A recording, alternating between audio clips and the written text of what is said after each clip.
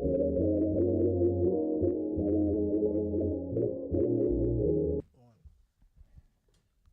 and welcome back to a brand new episode of the Pick a Side podcast.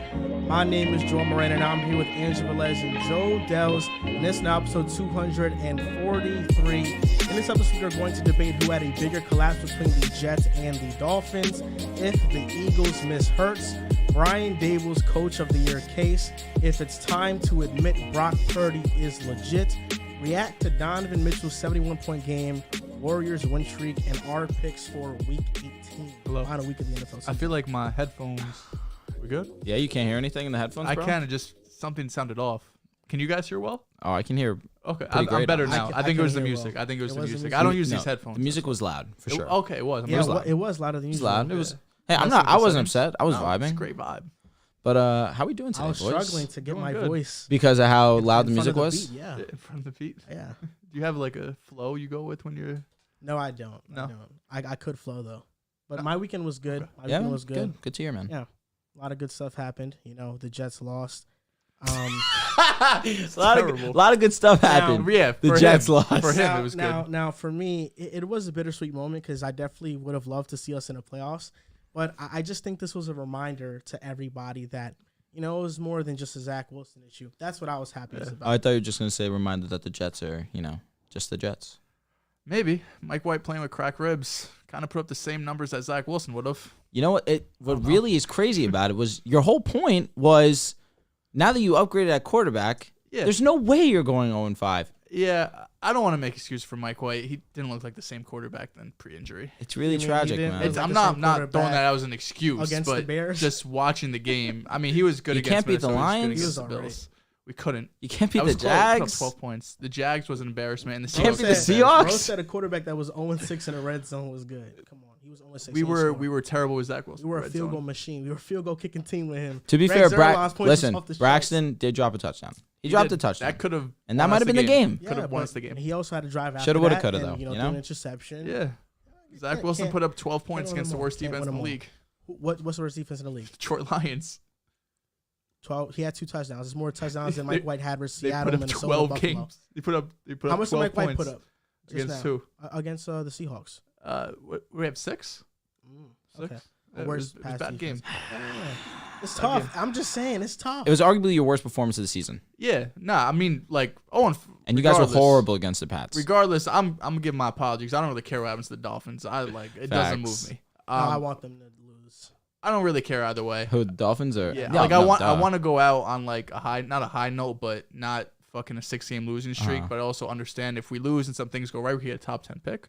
But to look at it just without any biases, Mike White didn't look like the same quarterback he did pre-injury. You could definitely see that he was afraid to get hit, kind of sloppy at times. That could be because he didn't play for a few weeks, could be because of the injury.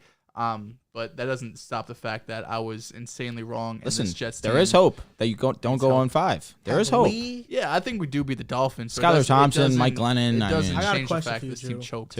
Have we been watching the same New York Jets? Have we been watching the same New York Jets? There's no way. No way. No way we go 0-5. No. Seattle, you kidding me? Detroit, not going 0-5. I wish you didn't call me stupid.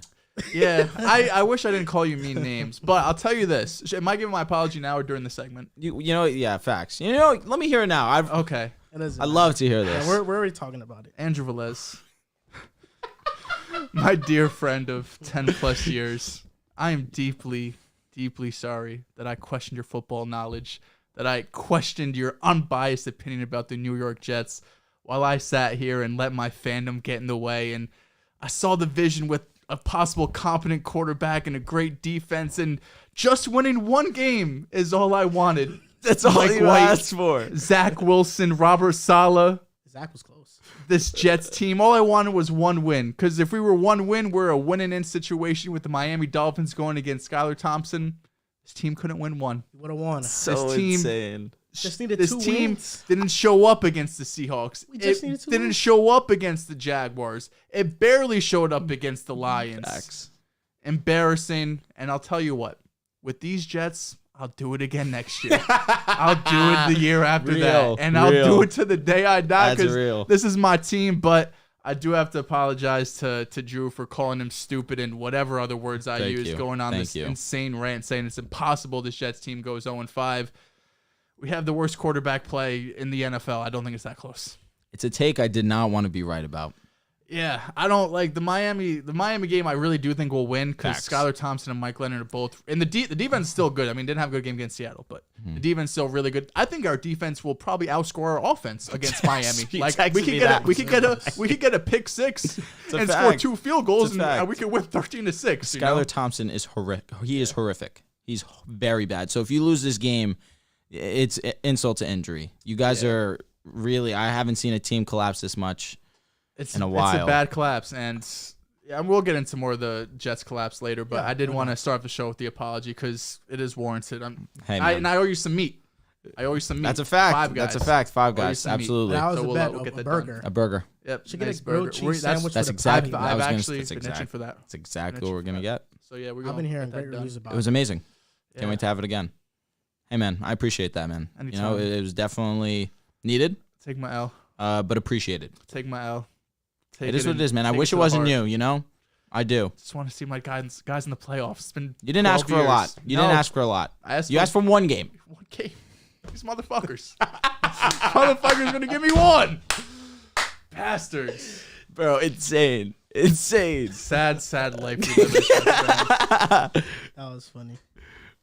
So, Boom Fantasy right now, just to let you guys know, before we get into Boom Fantasy, Riv right now is not on the show. You guys in Miami. If you're listening, you probably you're wondering why you didn't hear Riv's voice. He's in Florida right now. He's on vacation, and Riv, he had a special announcement the first of the year. Dude, dropped a round of applause from And the announcement is that he's starting up his own venture, Riv Academy. Yes, YouTube channel. You can go subscribe to that right now. Riv Academy he has a Twitter page. He has a TikTok page. He has an Instagram page. You can go follow all that right now. And Riv Academy, man, I'm loving the logo. Dude, it looks sick. Cap. Oh, it looks sick. Yeah, it looks insane. He's going to be talking about basketball, NBA, and college hoops. Oh, shit. So, yeah, shout out to Riv. Shout out to Riv, man. I'm very excited. Because he's been talking about this for a minute, wanting to start on his own podcast and all of that. And, finally here. I'm excited, man. I'm looking forward to the college basketball aspect. Because me, myself, I can be very open and honest. I'm not a huge college basketball fan. It just does not catch my eye as much as, obviously, NBA, NFL. So maybe Riv can make me a fan, and I'm looking forward to that content. Absolutely. Sure. Boom Fantasy, we had a 2-leg parlay before we got on the show. It's on TikTok. You took Russell Westbrook over 17.5 points tonight. That's your lock. It has to be. You're locking it in. No LeBron, no AD. Lonnie Walker's also not going to be able to suit up. It's got to be Russ. If not Russ, is he starting or still coming off the bench? I'm assuming that he's going to start today. Assuming. Hey, I could be wrong also. Yeah, maybe. But I mean, keep him off the bench. He's been a menace. But he should eat tonight for sure. He should go crazy. 17.5, that's easy for him. I'm going with Kevin Huerter, 2.5 3-pointers made. They're facing the Atlanta Fraudulent Hawks. And Kevin Huerter, this is a revenge game. They traded him for Justin Holiday and Maurice Harkless. I mean, disrespectful trade. Kevin Huerter, 3 threes. That's 9 points. He only scores off threes pretty much. So I'm definitely going with Kevin Huerter. Okay. 2.5 all threes. right. Okay, yeah, just 15. Come on, man. Playing. He's been hooping. He's been hooping. So let me ask the audience a question before we get into the show. Because I was ranking my top shooting guards, and I'm gonna reveal it later on in the show who my top 10 shooting guards are currently in the NBA. I didn't have DeJounte top 10. Didn't have DeJounte top 13. I had him as a 15th ranked shooting guard, but I had a thought. Can I make an argument for Kevin Huerter being more impactful than DeJounte Murray? I mean, the shooting, the spacing that he provides, the dribble handoff offense in Sacramento. I mean, Kevin Huerter, man, he can play with De'Aaron Fox. I don't think DeJounte and De'Aaron Fox would be pleasing to watch night to night. I like the Kevin Huerter fit. I do. You can make the argument offensively. No, he definitely could. Yeah. He could definitely do that Two because sides of the ball. He's passing the ball to De'Aaron Fox, who's obviously the scorer of the squad. You look at DeJounte 20 a game. Oh, yeah, it looks great. Kevin Huerter 16 a game. They're impactful. They're winning. It's winning basketball. For sure. Those points are winning games. The Kings are good. Oh, the Kings are better. They're a good squad. Whoa. Don't disrespect me. Don't do that. The Kings are do not. You thought the Hawks would be better. Easily. Don't chat. Yeah, for sure. I mean, what did I have the Hawks? Top 7 seed? What'd you have the Kings? You had the Kings at 11. I did have the Kings at 11. Well, okay, he's got you there. I did. Man, the Kings. I was a year early. You were. I was in on them when they weren't stacked, apparently. Unfortunate. Kevin Herter makes them stack. No, honestly, it's a bonus. Yeah, it's not facts. And Brown. Mike Brown, man. That guy. And that game yesterday, Lauri Markkanen. Bro, insane. That game was nuts. I thought that counted. I was so happy they didn't win. Yeah, we didn't give Mike Brown any love for the coach of the year, but he definitely second. If you're not in like that top 1-2 seed, no doubt. He's second, you're saying? Mike Brown? Mike Brown. Willie Green is still over Mike Brown. Mike Brown, but given what Mike Brown, the expectations of the team, for sure, it has to be. But him. coach of the year is more than expectations. Really, Doc Rivers won it. I think when he was the coach of the Clippers and they made the playoffs as an 8 seed. I might, be in over my head about that. But if you look at all of the coach of the years in the last 10 years, how many of them are 8 seeds? 1? Was Doc Rivers coach of the year or no? I didn't look it up. I thought you searched it up. No. Sorry, I apologize. It was Nick Nurse that year. Yeah, you're right. Okay, that's what I'm saying. Like, he definitely deserves to be talked about. He's done a great job this year, but if you're not going to be one of the top dogs in the league, you're not going to get the love. Friday, we're going to go live on playback. Pelicans versus Nets. Sadly, Zion won't be playing that game. And I was at weeks, right? Oh, yes, unfortunately. Injured his hamstring. I was at Wells Fargo Center when, unfortunately, the injury occurred. And I was watching a masterpiece from Embiid and Zion. They were going back and forth. That third quarter was really Zion's. Zion completely took over the game, made it a game for the Pelicans where they were down double digits at one point. Zion just was doing anything he wanted in terms of driving to the basket, finishing. He was making. I saw someone tweet that he's a free throw merchant. That is absolutely ridiculous. I don't even know why someone would say that. His ability to get to the basket and finish is just second to none. He was otherworldly, and it's unfortunate that he's going to be out for multiple weeks. Yeah. Another thing I want to address is my tweet about, I was willing to give away some cash today. Over 90 replies. Not a single person guessed Andrew Thomas. Come on. Giants got into the playoffs. Andrew Thomas, that is Andrew Thomas Velez's name. I have to show love to my boy. One of the best left tackles in the game as well. Sure. Had to show some love, but I knew no one was gonna guess that. That was a nuts guess. If you got it right, you deserved it. You deserve $78. I thought it was gonna be Josh Gordon. That was my guess, but this fits. And no one guessed Josh Gordon either.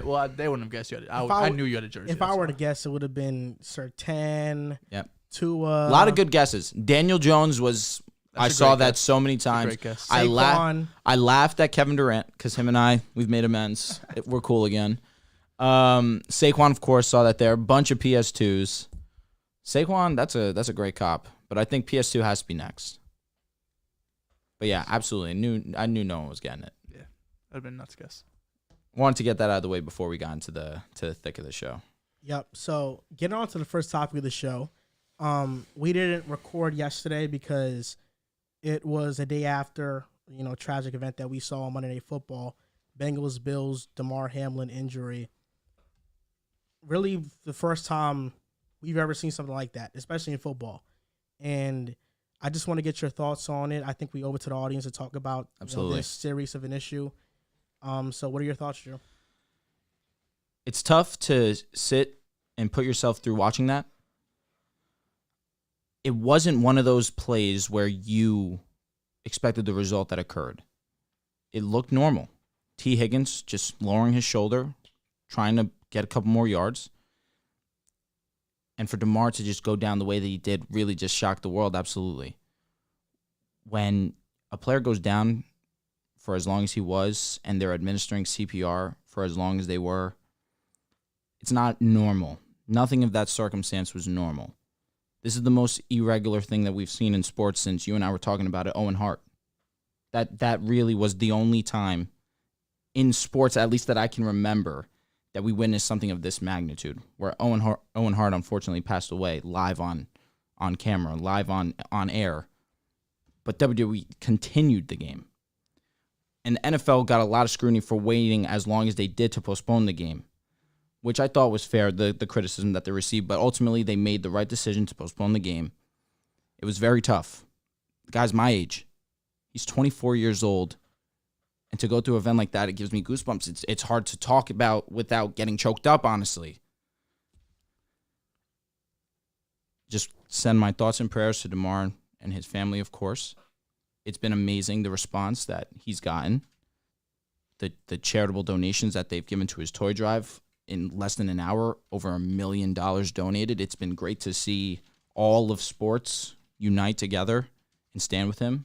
We tried our best to stand with him by taking yesterday off and giving him his moment of trying to get back and trying to get back into recovery. Thankfully, right now, he's doing a little bit better. Right now, he's not on 100% oxygen. He's on 50%.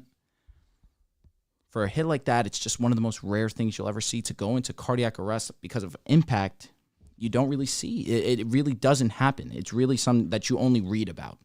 And for it to occur live on camera was devastating to watch and really hard to talk about, truthfully. It's hard to put into words. You know what I mean? I was watching the game with my dad, and I was just laying down on the couch watching it, like not thinking much of it. I see him go down, like, all right, goes down. And then we're sitting there watching, and then like all of a sudden you see the ambulance come out. I'm like, oh, like this isn't something I've seen before. And what really struck me when I like knew it was really bad was my mom knew about it.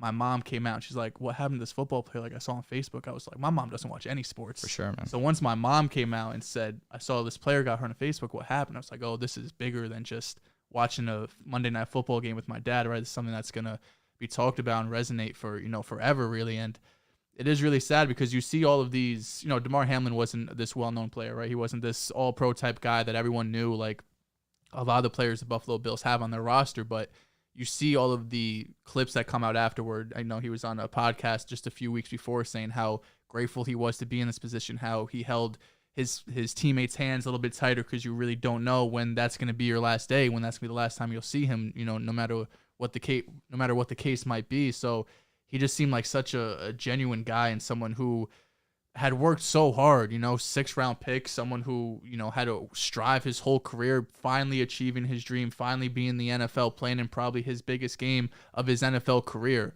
being on Monday Night Football, being in front of all of his friends and family and the world watching him, really. So when he went down, it's just more than an injury. Like, you feel so bad for that human being and that person. And, oh, man, bro, it killed me because, like, our job, or job in quotes, but like what we do is we sit here and we dissect these players and in a way dehumanize them. Because for all of us, like I have a job at Boom, right? At Boom Fantasy.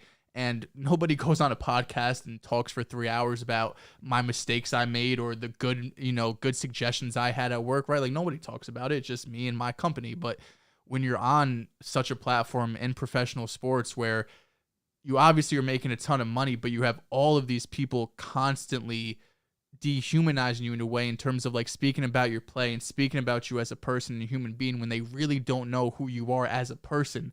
Like that's something that I've been trying to work on a lot since we've started, is being fair to the human being and being fair to the person, because you don't know what they're going on behind the scenes. You don't know what's going on when they're not just on a football field or a basketball court for a couple hours out of the day, right?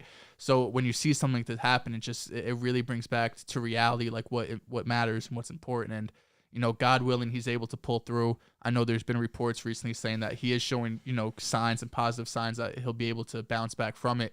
It's really hard from not just our perspective, but also like the NFL's perspective. Like how do you even move on from this, right? How do you tell not just the Bills and Bengals, but how do you tell any NFL team and any NFL player to go back out there on Sunday or next month or next year and go out and do it? We know it's always a possibility that when you're out on the football field, something tragic can happen.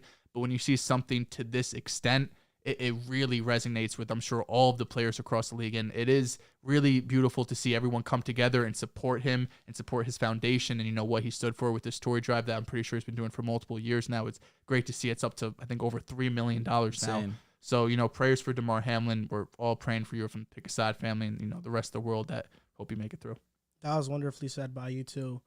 To add my perspective on it, I think this situation puts things into perspective in how dangerous of a sport football is. That hit was worst case scenario. We've never seen anything like it before. Like you mentioned, it was a tackle we see, and it, you just go on to the next play. It doesn't seem like anything's going to go wrong from that. But then you see the game is delayed. We come back from commercial break, and they still haven't resumed. You see the players' faces on the sideline, the camera panning to them. They start to shed tears. There's real panic. You start to realize something serious is going on. They announced that they did CPR on him. They brought out an AED machine to him, and you knew that this was a life or death situation. And I think that's when the moment got very chilling, and it felt like this is, you just couldn't believe what you were watching. The NFL got the right decision by not going on with the game. It doesn't matter what the result is. Who cares about this game? It doesn't matter. And I feel like you put it perfectly about what we do talking about athletes, and, in a way it is dehumanizing because, we have our little own storylines on the show going back and forth, and they're kind of like the characters in these storylines that we have are the main focus of it. And I think that's what we should learn from this, that we should appreciate what these guys do. And it definitely makes me look in the mirror and ask myself, how can I get better in what I say so things don't come across in a way where it's disrespectful to the human being, but it's more so just analyzing the sport and what they do. Prayers out to Damar Hamlin. It was truly a tragic situation. It was a tragic situation, and he has been showing positive signs. And, man, I never seen something like this watching football. Oh. And I'll be honest, I was doing some researching, and injuries this season have been at an all-time high in the past, 5 years. It's been really high. I this year, the team with the most injuries had about 46. 5 years ago, that was at 20, the team with the most injuries. So, we've doubled in injuries, and I don't know what that's due to, but stuff like that makes you look at football, and you see these hits sometimes that look gruesome, and it gives you a feeling in your stomach of it's nauseating.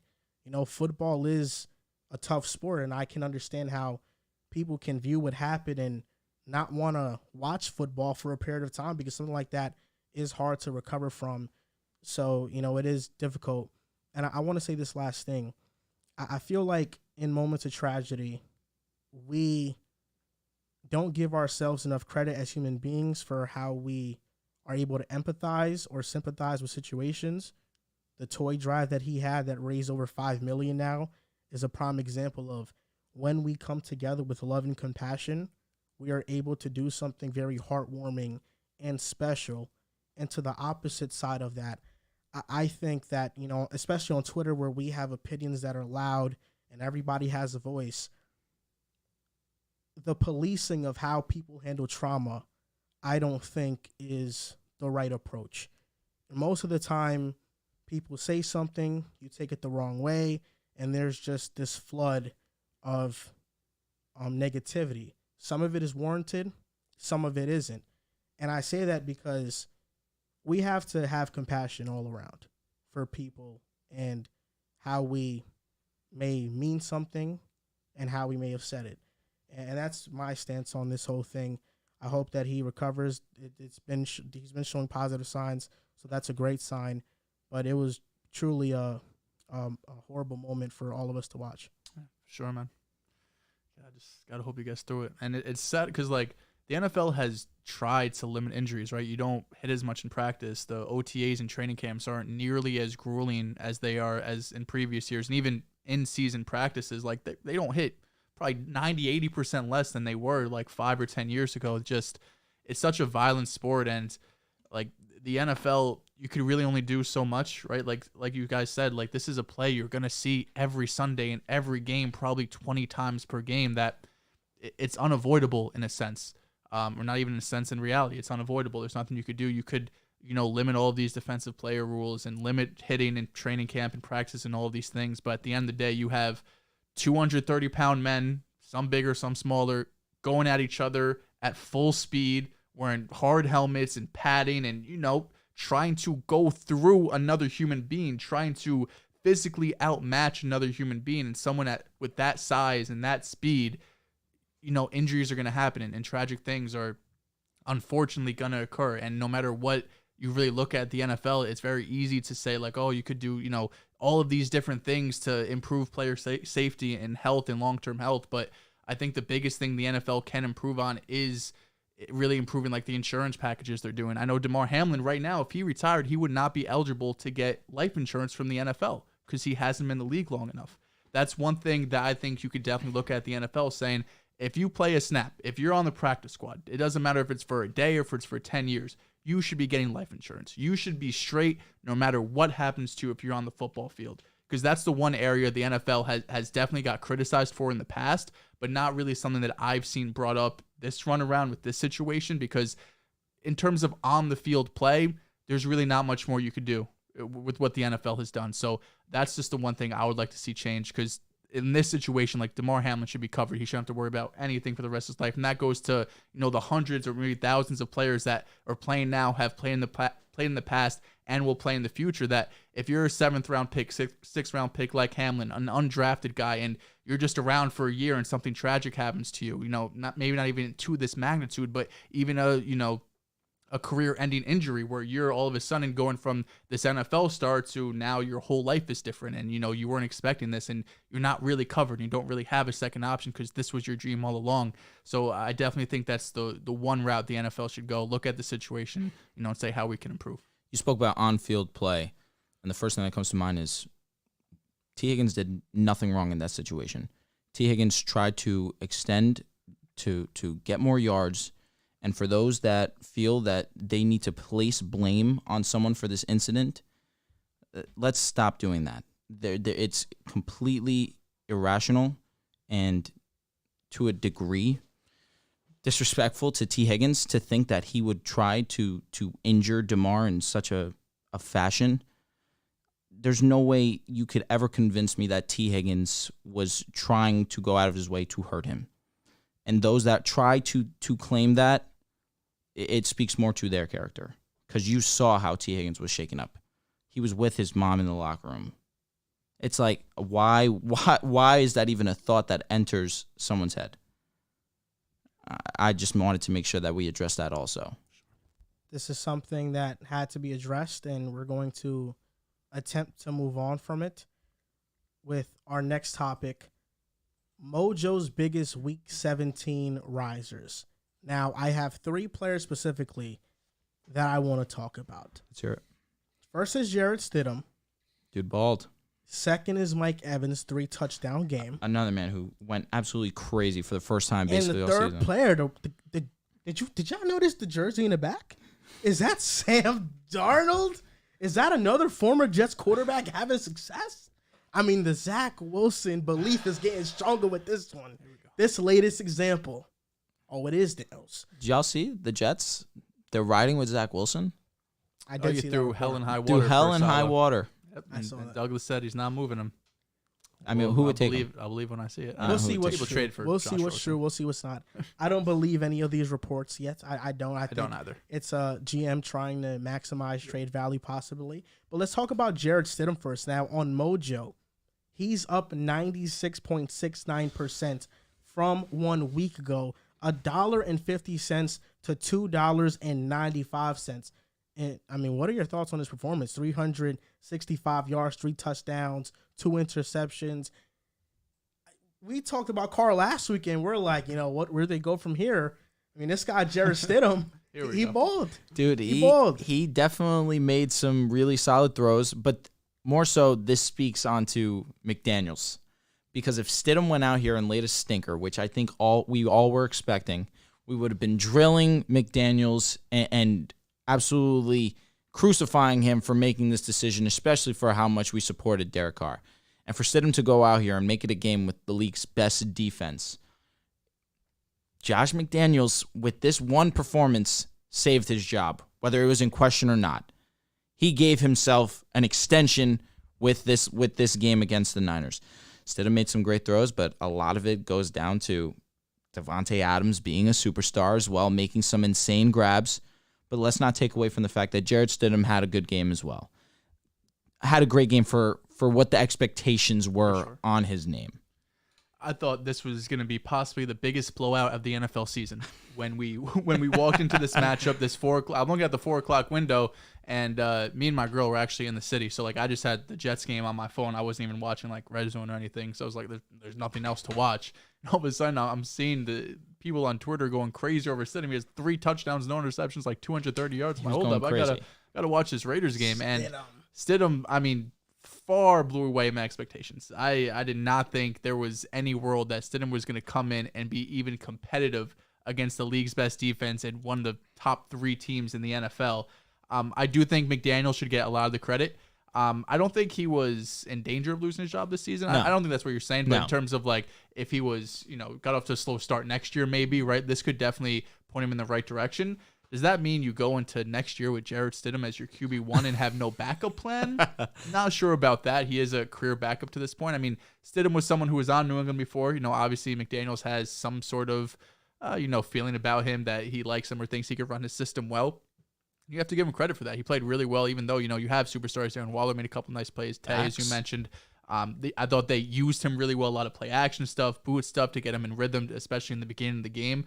But, I mean, shout to Stidham. This was something I was not expecting. There's been a lot of things this year. Maybe I've just been way off with quarterbacks between Stidham, Tua, Geno, Daniel Jones. All of these quarterbacks I thought were like, nothing's going to happen with them. I said Geno. Don't worry. Darnold's having a good stretch. But no, shout to Stidham. He played unbelievable. But I still think in the long run, I would be keeping Derek Carr personally because it's a great game, but we see a lot of one great game type performances, but you got to give him credit. Wow.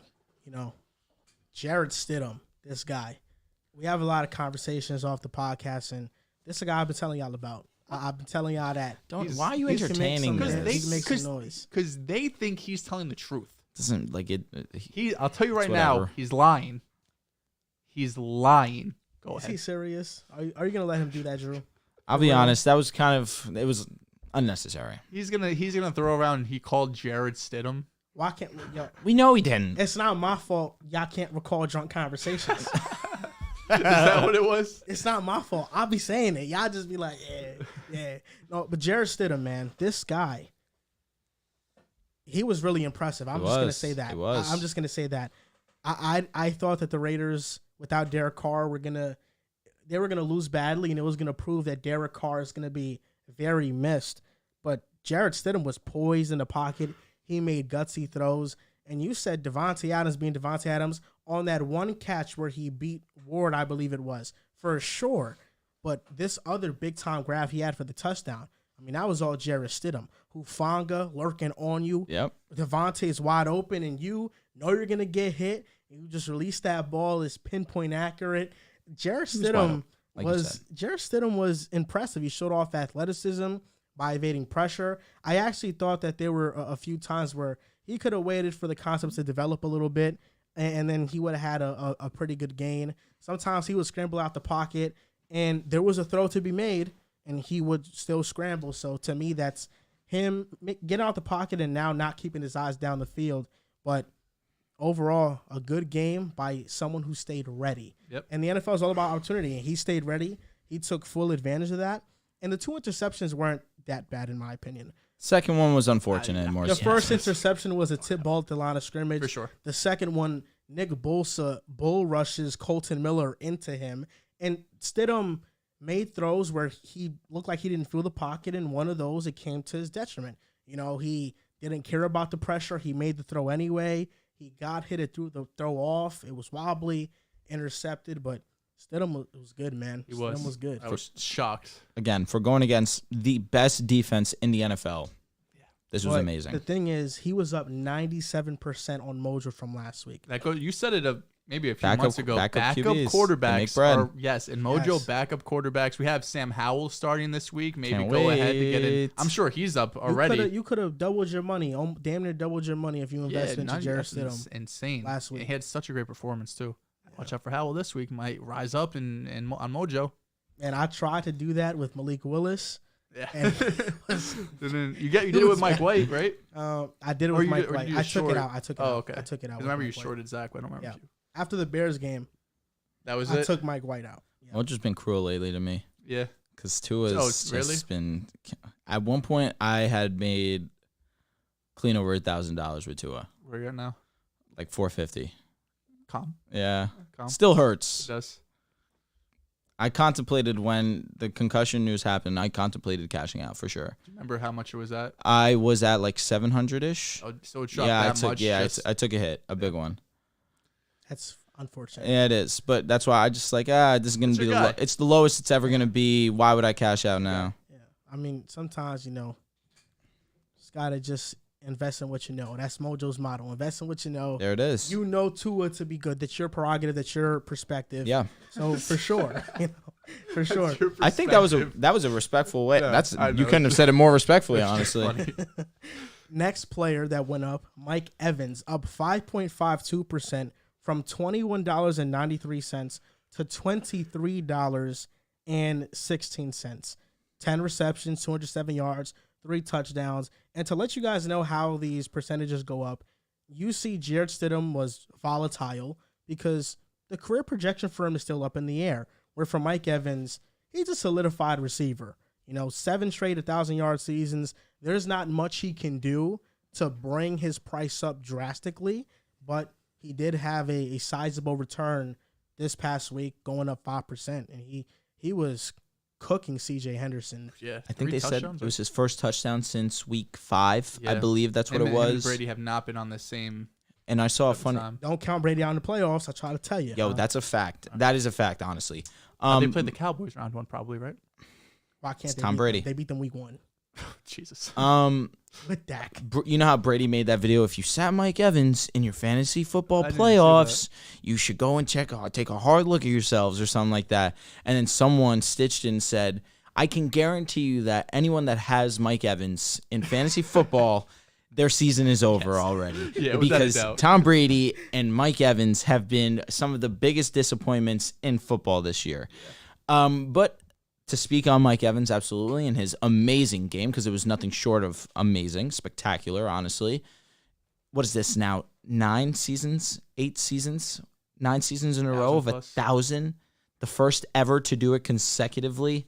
I mean, we're watching a generational receiver. Whether you hold into that into strong count or not, where some 1,000-yard seasons were relatively close, but it speaks to how available Mike Evans is, and it speaks to how consistently great and elite Mike Evans is. He's a first-ballot Hall of Famer. He's one of the best receivers this game's ever seen.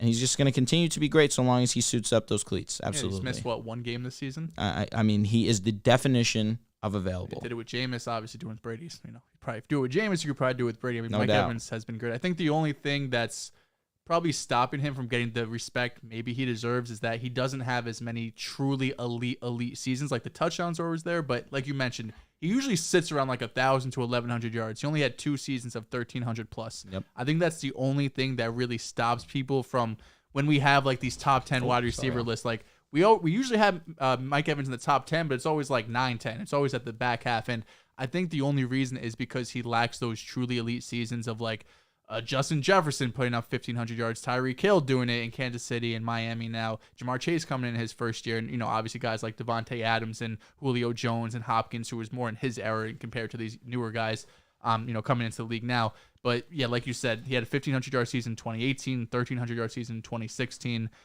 But he's consistently great. Every year you can count on being healthy. Touchdown machine, red zone merchant, some would say. But yeah, he's a beast. Mike Evans is a difference maker. And I'm going to throw a question at you guys. Not right now. I'm going to wait a little bit when we do the buying or selling segment. I'm going to wait a little bit to ask the question. Yes, it's 3 questions. Don't worry. It's the same thing as in and out. Come on, keep up with the I didn't see it on the show, Doc. Come on. I saw it. It's there. Mr. Dehls. Mr. Dehls. Sam Darnold, next player we're going to talk about. He's up 8.86% in the last month, $19.11 to $20.80. And I just want you to hear this, Dehls. Here we go. In the games he's played, 61.6% completion percentage. Yeah, shit don't move me. 1,100 yards, 7 touchdowns, 1 interception, 105.4 rating, and 4th in EPA per play since week 13. In 5 games, that's impressive. It is. Sorry, do you have a question for me? No, I'm just saying, like Sam Darnold, do you think he deserves some praise? We got a Darnold jersey in the back. We do. Jets Darnold jersey. Jets. Darnold. Listen, Sam Darnold's had a great stretch. He's had a great stretch. 4 of the 5 games over 100 passer rate. And does have the 4 fumbles you left off conveniently. It's okay, though. Justin Fields has fumbles. He does. Who'd you rather have? Man, this guy Sam. Stop it. It's all right. But the thing about Darnold is we know he could have good stretches. He had good stretches with the Jets. He had good stretches. This was OD, though. This game against the Buccaneers, whose secondary has been one of the best in the league. This Bucs game for sure. This Bucs game for sure. Can we acknowledge the situation he was put on with the Jets?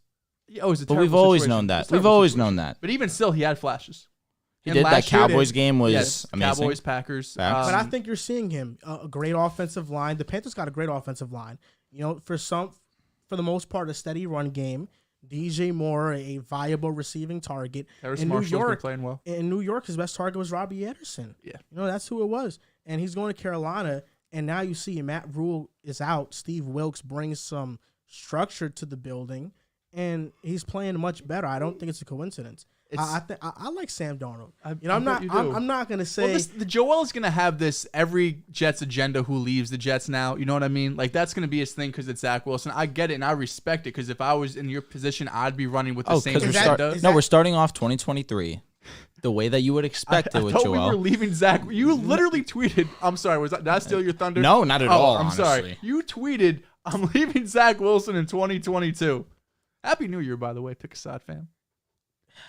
The amount of assuming that's going on. the fact that you think I'm talking about Sam because I want to fit some sort of agenda for Zach. There's always an agenda. That's not the type Have of you man met I yourself? am. Do you want to know the angle that I was getting That's at? not the type of man I'm getting I am. at the angle of you when Darnold was traded to the Panthers. He's not going to be anything. Sam Darnold is not 100%. that good. Yes.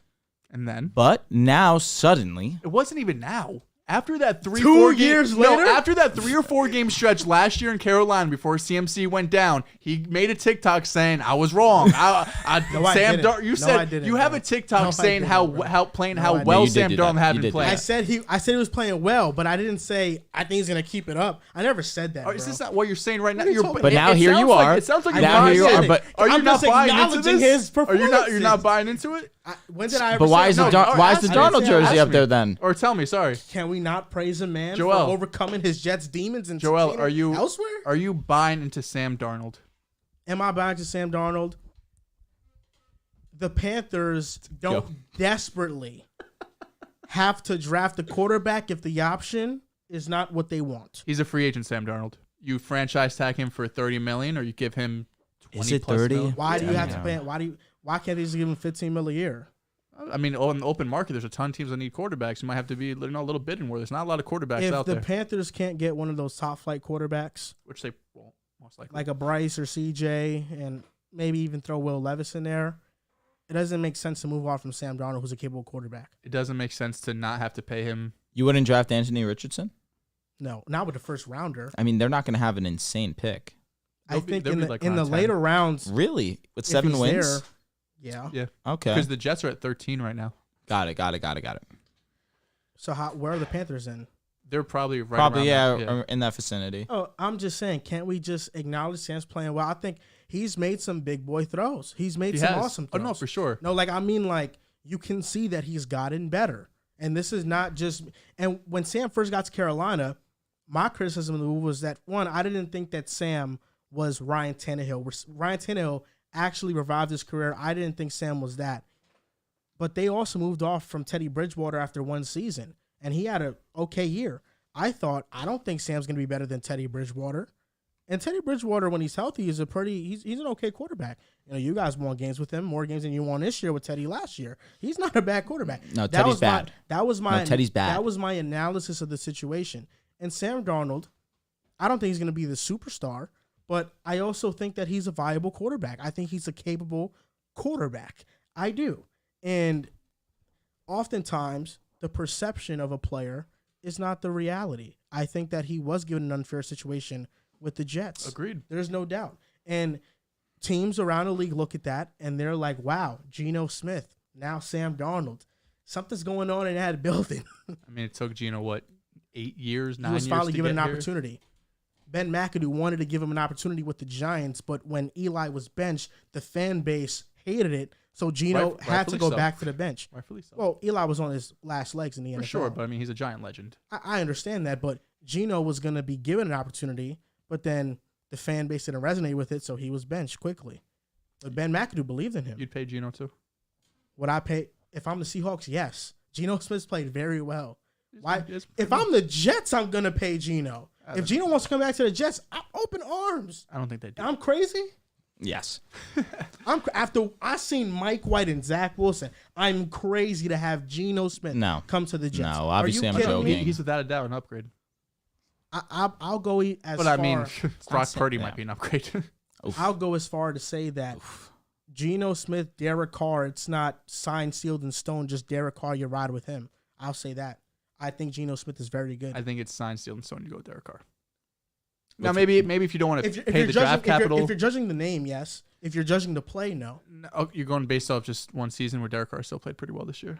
A season is NFL's a year-to-year season. It is. And every year, Geno Smith has been a backup. He didn't have an opportunity. He had an opportunity now, and he's taking advantage. He did have an opportunity. New York Jets. Jeremy Curley was his best receiver, bro.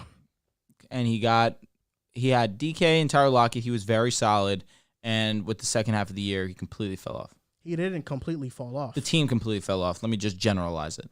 Geno Smith still played well down the stretch. He played relatively well, for sure. It sucks that... Just not on the level that he was playing at.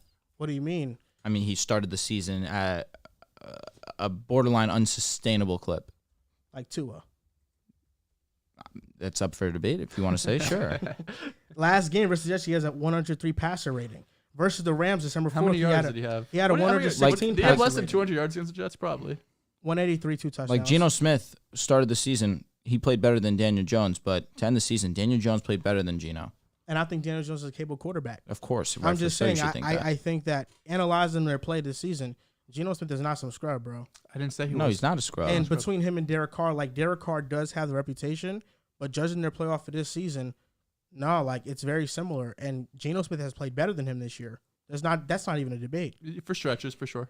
No, for the entire season, he's played better. Yeah, There's a reason Derek Carr got benched. The last couple, well, come on. If the Raiders were in the playoff hunt, Derek Carr would get benched. No, they've lost. They've blown how many games? Like that's why he got cut. Or excuse me. Off the top of your head, can you name one game this season Derek Carr has had where he's had Jarrett Stidham's stat line against a defense like this, the 49ers? Well, the 49ers are the best defense in the league. Okay, just the stat line then. Can you name me that? What did Stidham have? 365 yards, 3 touchdowns. Oh, okay. No, there was a game that Derek Carr snapped. Was it against the Chargers? He's definitely had a 300-yard game, 2+ touchdowns. Because Devontae had 2 touch. I think it was the Chargers. He's had 2 this season. Okay. 300-yard games. Against, is the Chargers one of them? Titans and the Broncos. Broncos, yes. Oh, my God. PS2 got torched by Tay. He's only had 2 3-touchdown games this year. Oh, no. He's a scrub. I'm not saying he's a scrub. Oh, and he beat Geno 40-34, dueled it out, and Derek Carr got on top. What was his stats for the game? He put up 300 yards, 3 touchdowns, 2 picks, 100 passer rating. Let's look at Geno to see who outdueled who. 70% completion percentage, too. Geno Smith, 73% completion percentage, 328 yards, 2 touchdowns, 1 interception, 106.6 passer rating. And an L. Similar games. And an L. Word. Still. So the quarterback loses is always worse. Put up 41. What can I say? Get out of here. Seahawks, one of the worst defenses in the league. I'm just saying, don't sleep on Geno. And the Raiders aren't. And you slept on Daniel Jones all year long. That's the next man that you shouldn't sleep on. Darnold? Sammy boy. You're a Daniel Jones truther? That's what we're going to do here? No, I'm not. But Drew deserves his respect for that. No, for sure. And you didn't give Drew respect. You said I slept on him. It's a big difference. No, I can say you slept on him while also giving Drew his respect. But you just didn't say that. That's all I'm saying. And if Drew has a conversation with me about Daniel Jones, it will be a positive one. With you, it should be. With you, it would still be a. It actually, we experienced that. Poke like holes. 40 minutes You're ago. going to poke holes in Daniel Jones now. With the Daniel Jones conversation. Because all I want you to do all is of give these him his quarterbacks respect, who've had really good years this year just coincidentally also have to get paid this year. Like, if Daniel Jones is on a rookie contract, if Darnold, Geno, if all these guys, I could wait. If I could have one more year and see it for a second season, you got me. Daniel Jones showed flashes last year, though. Yeah, for sure. And this is first year he stayed healthy as well, which I think is huge for him because he's dealt with injuries first 3 years and turnovers, rookie of course. season, he did turn the ball over a ton. A ridiculous amount, yeah. But the stats are there, man. They are, for sure. And the performances were there. His debut was one of the best rookie debuts we've ever seen. It was great. I'm not even exaggerating. It was an amazing game. For sure. He's had flashes without a doubt. There's a difference between liking a quarterback on a rookie contract and wanting to pay him franchise quarterback money, $30+ million. He's the poor man's Josh Allen. I feel that's like him. I feel like you're holding every one of these quarterbacks to the standard of paying $30 million. Right now, we don't know what the contract negotiation is going to be. No, for Darnold, you're not giving him $30 million. Daniel Jones is. He's going to get 30. If he wins a playoff game, especially they play Minnesota round 1, $30 million is locked and guaranteed. I feel like for something like that's that big of speculation, I want to wait and see what the contract's going to be. I do. I don't think that for one, if you get paid in the NFL, it's a market. So other teams also have to be willing to give that player that set amount of money. I don't know if there's a ton of teams lining up to pay Daniel Jones $30 million. I don't know. I think there would be. I'll wait to. Well, let me just get out of here. Giants to win the Super Bowl plus 4,000. It's intriguing. It is intriguing. $1 for $400. How I will take a lot of other teams over the Giants in the NFC for sure. There's definitely better teams. What a $5. But in the NFL playoffs, anything can happen. 1 game, 1 week. The Giants can play the Eagles and give them a fit division game. The Giants can play the Cowboys and give them a fit division game. The Niners, I worry. That is a game that I don't love. Eagles, oh, absolutely. Giants are not being the Cowboys, Eagles, or the Niners. Cowboys, I don't know. Minnesota, the Giants can beat Minnesota. I agree. Why don't you know? Dak owns the Giants. Playoff football. You believe in Dak in the playoffs? I do. No, I do. Listen, I respect the Cowboys. I respect Dak Prescott. But I can also acknowledge that playoff football is extremely unpredictable at times. And the Giants have shown, yes, with a different situation, where they did have a way better defense. But at this point, Kayvon Thibodeau is starting to break out. We're seeing a star before our eyes break out. Kayvon Thibodeau is taking that next level. He has been on a different tear recently. You get McKinney back also. Now things are starting to click all at the right time. Now Isaiah Hodgins suddenly becomes a name that we're starting to look at. Richie James is starting to break out a little bit. I'm not saying that these are guys that are moving you, of course. Could have stopped at Hodgins. No, but Richie James really had a really great game. Stretch, for sure. Really great game. You understand what I mean? He had a solid game for sure. Richie James had that.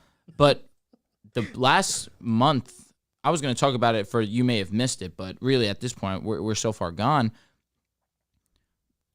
The level of play that Daniel Jones has exhibited over the last month has been better, and I tweeted this at Andrew5A's, has been better than a lot of quarterbacks that people would generally take over Daniel Jones.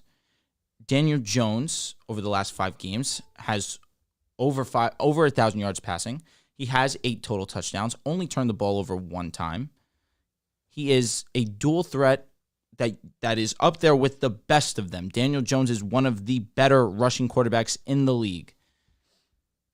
Saquon Barkley, of course, in that offense. And Isaiah Hodgins truly has become a weapon that you should look out for because Daniel Jones trusts him. Not necessarily Isaiah Hodgins is this special elite talent that's just coming out of nowhere. No one is going to say that. But Daniel Jones is good enough that he can elevate a guy like Isaiah who has shown flashes and has been serviceable these last couple of weeks. Over 100 2 weeks ago. 40 yards and a touchdown this week. Daniel Jones just needs a reliable guy that's not Darius Slayton. Mm-hmm. And the fact that he's getting guys like Richie James and Isaiah Hodgins that's evoking a laugh out of Joel speaks volumes to what Daniel Jones is doing with this offense. It's just like we're just talking about Super Bowl runs and you're talking about Isaiah Hodgins. Because well, if that's what you think I'm saying, then you're missing my whole point. Because right now the Giants are getting hot at the right time. And I'm not saying that they're better than these teams. Of course not. So what are you saying? But in playoff football, things can really happen. And we've seen the Giants who historically have given us unpredictable runs that are just amazing in their own right. if anyone, the Giants. And similar, I mean, their previous runs, it's been that defensive line that's really No brought doubt. them No to doubt. that Super Bowl. And Kayvon's doing his thing. Dexter Lawrence this Absolutely. season. It's just a matter of Leonard Williams, of course, always leaving an impact. For sure. And just those other Giants team had more weapons offensively, of course. More No juice doubt. No offensively. doubt. But, hey, you can control a game on the ground. Who can do that? The Giants, Saquon Barkley. Daniel Not Jones. against the Dallas Cowboys front, not against the Eagles front. Not But against we've the Niners seen it front. these last couple of weeks. The Cowboys Dallas's rush lit the defense, fuck they've up. really been giving Put up 40, yards. 40 to the Jags, 34 to the Eagles with Minshew. Dallas's defense, as the season has progressed, has just gotten worse, and it's unfortunate, truthfully, because the offense has been carrying, and people have criticizing Dak Prescott when in reality it's criticizing the defense. Dallas, you can make an argument for, but The Eagles are strong They favorites. lit up 23 to the Texans. That's pretty bad. Like that's when you know something's off. That's all I wanted to say. No one's saying Isaiah Hodgins is a difference maker. I'm And not the Bills saying need a that. receiver. Come on. Bills need a receiver. They let him go. Or he's on the practice squad. My bad if I misinterpreted that, but a lot of your monologue was praising Isaiah Hodgins. That's not true. A lot it was of Daniel it, Jones, but but it was It was Daniel Jones it was and Hodgins. highlighting. when talking about the Super I Bowl. was talking about the potential- offense that's limited in talent. When talking about the without a doubt. offense that could potentially go on this miraculous run of being a Super Bowl team, you went off At plus 4,000. You now see Isaiah dark horse. Hodgins Super dark coming horse. onto the scene. Because Isaiah Hodgins Look, has I really think- been most secure guy. I mean, you throws him the ball, it's a catch. He's not doing anything flashy, nothing spectacular. He's doing his job. That's all you need to do. I wanna Don't s- drop the ball like Slayton. In the playoffs, he's going to be going up against the top-notch corners. That's what I mean. Not that he's been going against them recently, because obviously it feels like Slayton's taking that, but it's allowing Isaiah Hodgins to see his opportunity, and that's what he's been doing. No one's saying he's a superstar, but he's definitely been serviceable. I do think it's a worthy bet. It's riskless, Absolutely. especially if you're just putting $1 on it. Yeah. My dad brought that to 400. my attention, and I said, this might be all day. They're not my Super Bowl favorites, but Not by with a far. bet like that, you got to root for them. You lose Absolutely. $1, but it's a lottery ticket. You know that's you buy Plus a lottery 4,000 ticket. odds is a lot. Yeah. Definitely. It's a lottery ticket. Yeah, got to be in the mean- be in the game The Giants have cashed a few lottery tickets. for sure. If to imagine their odds to make the playoffs at the beginning of the season, it was probably something insane. Is Sam Darnold going to turn his career around? How are we defining this? Sorry, I know it's for TikTok. We could re-ask the question. I'll say that, no, it's pretty simple. Turn his career around, not be the dog shit that he's been. Just be better than that. I feel like that's fair. Yeah, I mean it's just a low bar to clear. Absolutely. Yeah. Which is why the answer is so clearly yes. Sam Darnold, without a doubt, be better than he was on the New York Jets. No doubt. I think you're absolutely right, 100%. And the Panthers, I'm curious to know what direction they're going to go in, because if they keep Steve Wilkes, I think that Sam has earned reputation in the locker room. They probably keep him as well. But what if the Panthers go out and hire a coach like Jim Harbaugh? And Jim Harbaugh, Not happening. like Sam Darnold, and he's infatuated with some of his skill set, I think Sam can be a capable quarterback and can win you games. The Panthers roster is talented. That defense is talented. The offensive line is awesome. You got a number one option in DJ Moore. If you don't have to ask Sam to do too much, you rely on a run game, he can definitely have a good season. Why don't you think Harbaugh is going to? You just don't want to leave in Michigan? I want him to come to The Denver, of course. That's why I'm just manifesting, of course.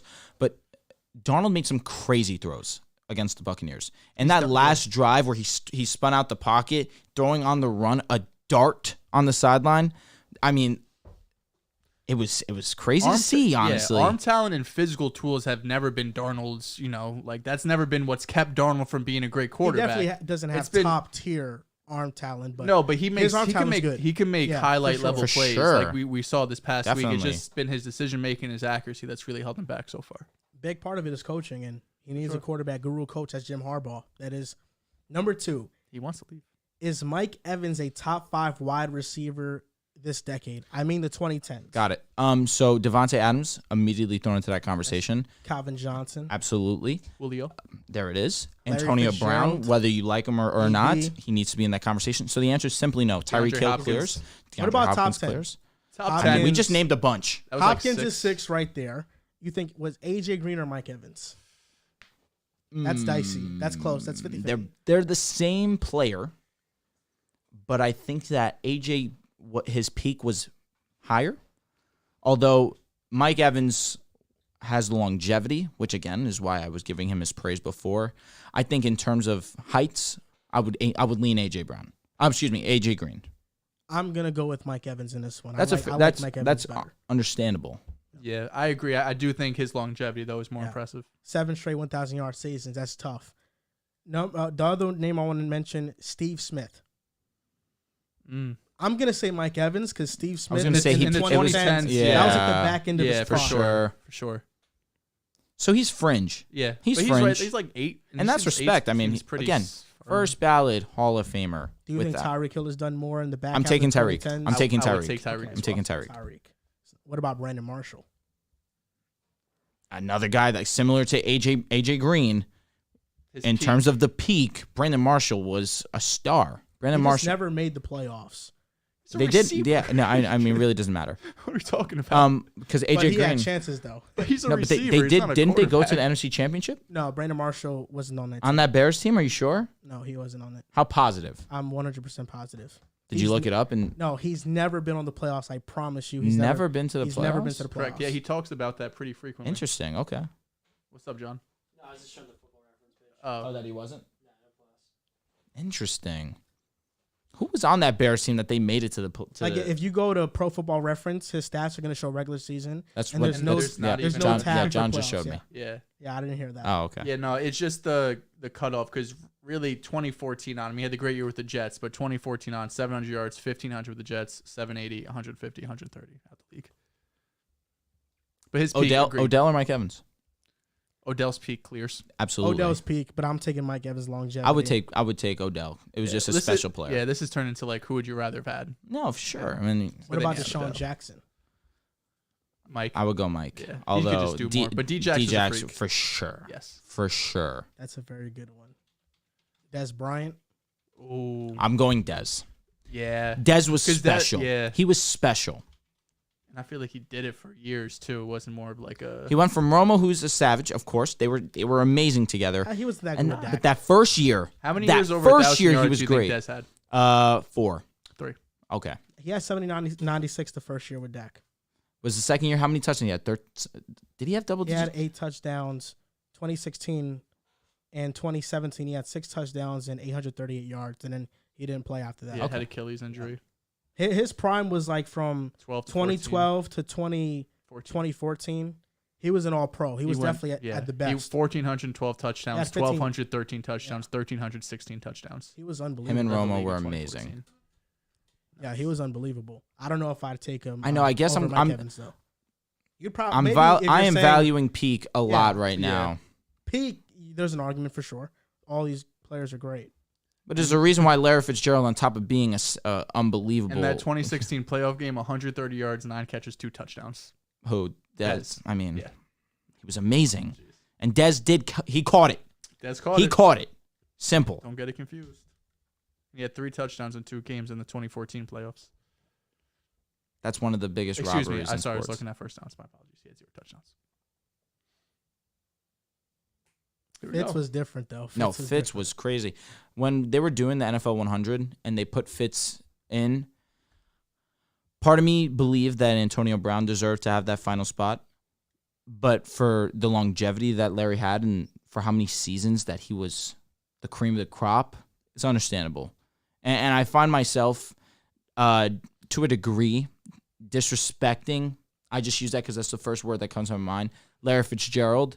But then I allow myself to go back and realize he was phenomenal. One of the best this game's ever seen for a long time. Mm-hmm. And last one, is Stidham the long-term answer for the Raiders? Or not the long-term, I should say this.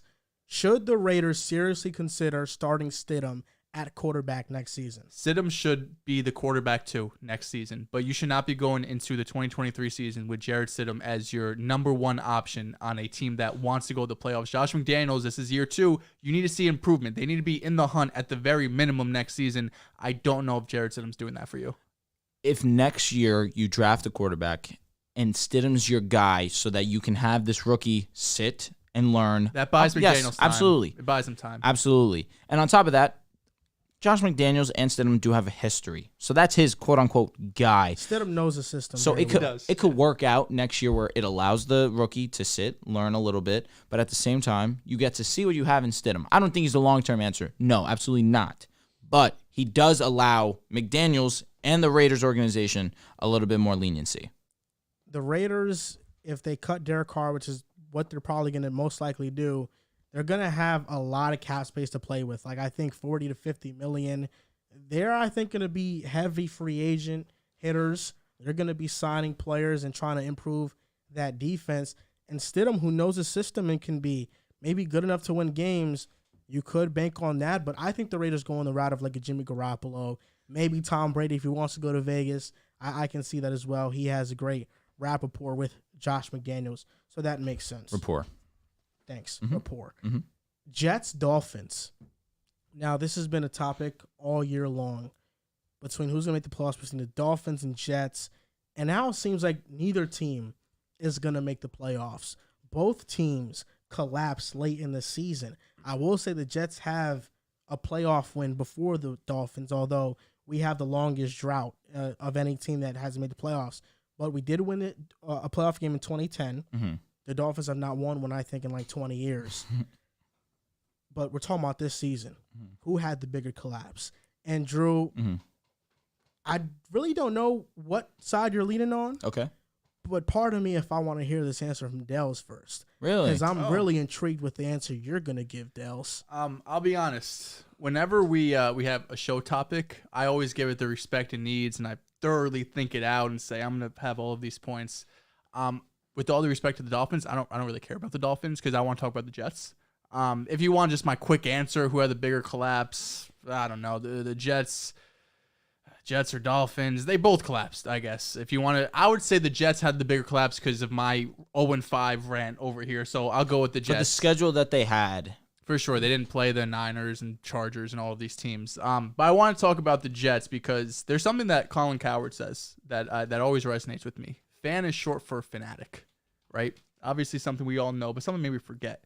And all of the overreactions that has been going on Jets Twitter and the Jets community and all over the internet has been baffling. Because just a couple weeks ago, Robert Saleh was a Coach of the Year candidate. And just a couple of weeks ago, Joe Douglas was looked at as one of the brightest GMs in all of the NFL. And the Jets had one of the brightest young cores with Sauce and Breeze coming back and AVT coming back and Garrett Wilson, 1,000-yard season, right?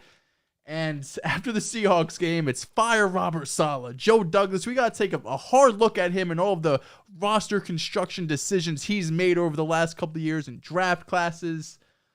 Let's take a deep breath. Because it's very easy to overreact. We have overreaction Mondays, right? And all of this stuff that people go crazy over. You could say without a doubt the Jets collapsed. 5-game losing streak, might be 6 against Miami. You start off the season 7-4. Your expectations now change. Coming into the season, and it's cruel. It's cruel because coming into this year in the offseason in August, whenever we're doing these predictions, I said, I just want the Jets to be in the hunt. I want meaningful games in December. And they gave that to me. They gave me meaningful games in December. And these motherfuckers lost every game. That's what the Jets gave me. I got what I asked for. I said I want meaningful games in December. Unfortunately, not in this way. But to me, for this Jets offseason and going into the future, it's really simple. You need to improve at quarterback. Over these last 4 or 5 years, the Jets quarterback by passer rating. 2022, it was a 75, last in the NFL. 2021, it was 76, 28th in the NFL. 2020, it was 76, 30th in the NFL. 2019, it was 80, 27th in the NFL. 28, it was 73, 30th in the NFL. They have not had a quarterback throw for 10-plus touchdowns in that span. Brock Purdy has 10-plus touchdowns this year, Mr. Irrelevant, who started 5 games. That's how bad this Jets quarterback situation has been since 2017, since we drafted Mr. Sam Darnold over here. It's been a laughingstock. It's been the worst quarterback situation in the NFL without a doubt for 5 straight years. Denver. And no, Teddy Bridgewater would be our best quarterback over that stretch. It's not close.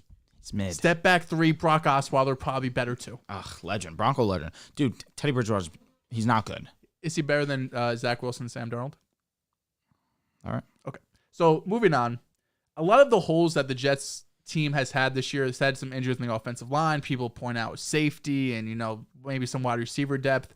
Having an average quarterback on this team, we're locked into the playoffs. If we had an average quarterback, we could be sitting at 10 or 11 wins. Let's be honest with each other, because as much as we go back and forth with Mike White and Zach Wilson, The numbers this season were terrible. 27th in points per game, 29th in red zone offense, 28th in third down conversion. It didn't matter who was the quarterback. If it was Mike White, Zach Wilson, Joe Flacco, could have been Josh Johnson, whatever. Sure, you could put up these numbers of these 300 passing yard games, but in critical situations, the Jets were not able to capitalize. And you could blame some of that on LaFleur. I do think he takes some of the blame. You should take a hard look at him this offseason, because the fact that he wasn't able to develop Zach at all, the fact that I agree, we see eye to eye in terms of he doesn't seem to play to Zach's strengths, get him on bootlegs, get him out of the pocket, get some easy throws to start off the game to get him in rhythm. 100% I agree. But I also have seen plenty of games and plenty of throws where players are wide open and he just misses him. So I don't want to put it just on the floor. I don't want to put it just on the quarterback. But without a doubt, they have to improve at quarterback this offseason. Because like I said, if we got even below average quarterback play, not the worst in the NFL, we're probably in the playoffs, right? If we had someone like Teddy Bridgewater, who would have played better than Zach Wilson and Mike White this season. Teddy Bridgewater 2 years ago. Yes, for sure. There's a decent chance we're in the playoffs sitting at 9-10 wins, or at the very, very, very minimum, have a playing game this upcoming week against Miami with Skylar Thompson or Mike Glennon starting. That's what the Jets need to do. They had a collapse. They had a huge collapse. And you could talk about the holes and, I can't believe Joe Douglas, he went out and signed Carl Lawson. He tore his Achilles. I can't believe he went out and paid George Fant. Who else do you want to play tackle? I can't believe he went out and signed Dwayne Brown. Well, Mekhi Becton's out for the season. What are you supposed to do? For all of these questions you guys have, and by you guys, not pick a side, but the Jets fans out there, what other choice do we have? Say, because Corey Davis gets a lot of shit. What if the Jets didn't sign a receiver that offseason? What if they signed Kenny Golladay instead? We would have been flaming Joe Douglas for not signing a wide receiver. It's very easy to look in hindsight and say, I can't believe he made X, Y, and Z move. But if he didn't make these moves, we would have been flaming him at that time. Everyone liked the Carl Lawson signing. Everyone liked the Corey Davis signing for $14-15 million per year. Everyone was over the moon that we went and got Dwayne Brown out of retirement in the offseason and OTAs because of Mekhi Becton's injury. Oh, we're going all in. Everyone was so happy with the James Robinson move. Now at the end of the season, it's very easy to look at and say, I can't believe he made all of these mistakes. He did his best to fill the roles. I don't think you should be firing Joe Douglas, Robert Saleh. Now, if we're sitting here next season and the Jets have another collapse, if the Jets have 6 or 7 wins again, then we could have that discussion. We can have that argument. But I think it would be huge to bring in a quarterback. And it's also, you can't overlook, the Jets were 5-2 with Breece Hall. They were 2-7 without him. He was the home run hitter on this team. This was the way the offense was supposed to be run, with Breece Hall in the backfield, being a top 10 running back, and off of that, Zach Wilson being able to go off play action, have guys open in the flat over the middle of the field, open guys, because the defense had to take into account Breece Hall's home run ability and just superstar ability that he was on a path to. It's not the same with Mike Carter and James Robinson, even Donovan Knight. So go out, get a quarterback. Don't be the worst quarterback team since 2018, and you're in the playoffs. Would the Jets have made the playoffs with current Sam Darnold? Current Sam Darnold is better than Zach, so probably. I'm just asking. This version of Sam Darnold that we're seeing in Carolina, would the Jets have made the playoffs with him? Probably. This answer for me is very simple. What about Geno Smith? Yes. The answer to this question is very simple for me. It's the Miami Dolphins. To start the season 3-0, to then go on a 3-game losing streak after Tua's unfortunate injury, and for him to come back and go on a 5-game heater where the offense was absolutely clicking, and by offense I mean the pass offense. 3 weeks in a row, Tua was at a passer rating over 130, the first time in NFL history. It just seemed like everything was going the right direction for Miami. Defense started to heat up. They acquired Bradley Chubb. They traded a first-round pick to my Broncos. Things are looking promising. And then they hit the Niners game. And then the Chargers. And then the Bills, where, hey, that was a good performance by the guys. Defense definitely let them down. And then the game against the Packers. This was a team that had expectations going into this season.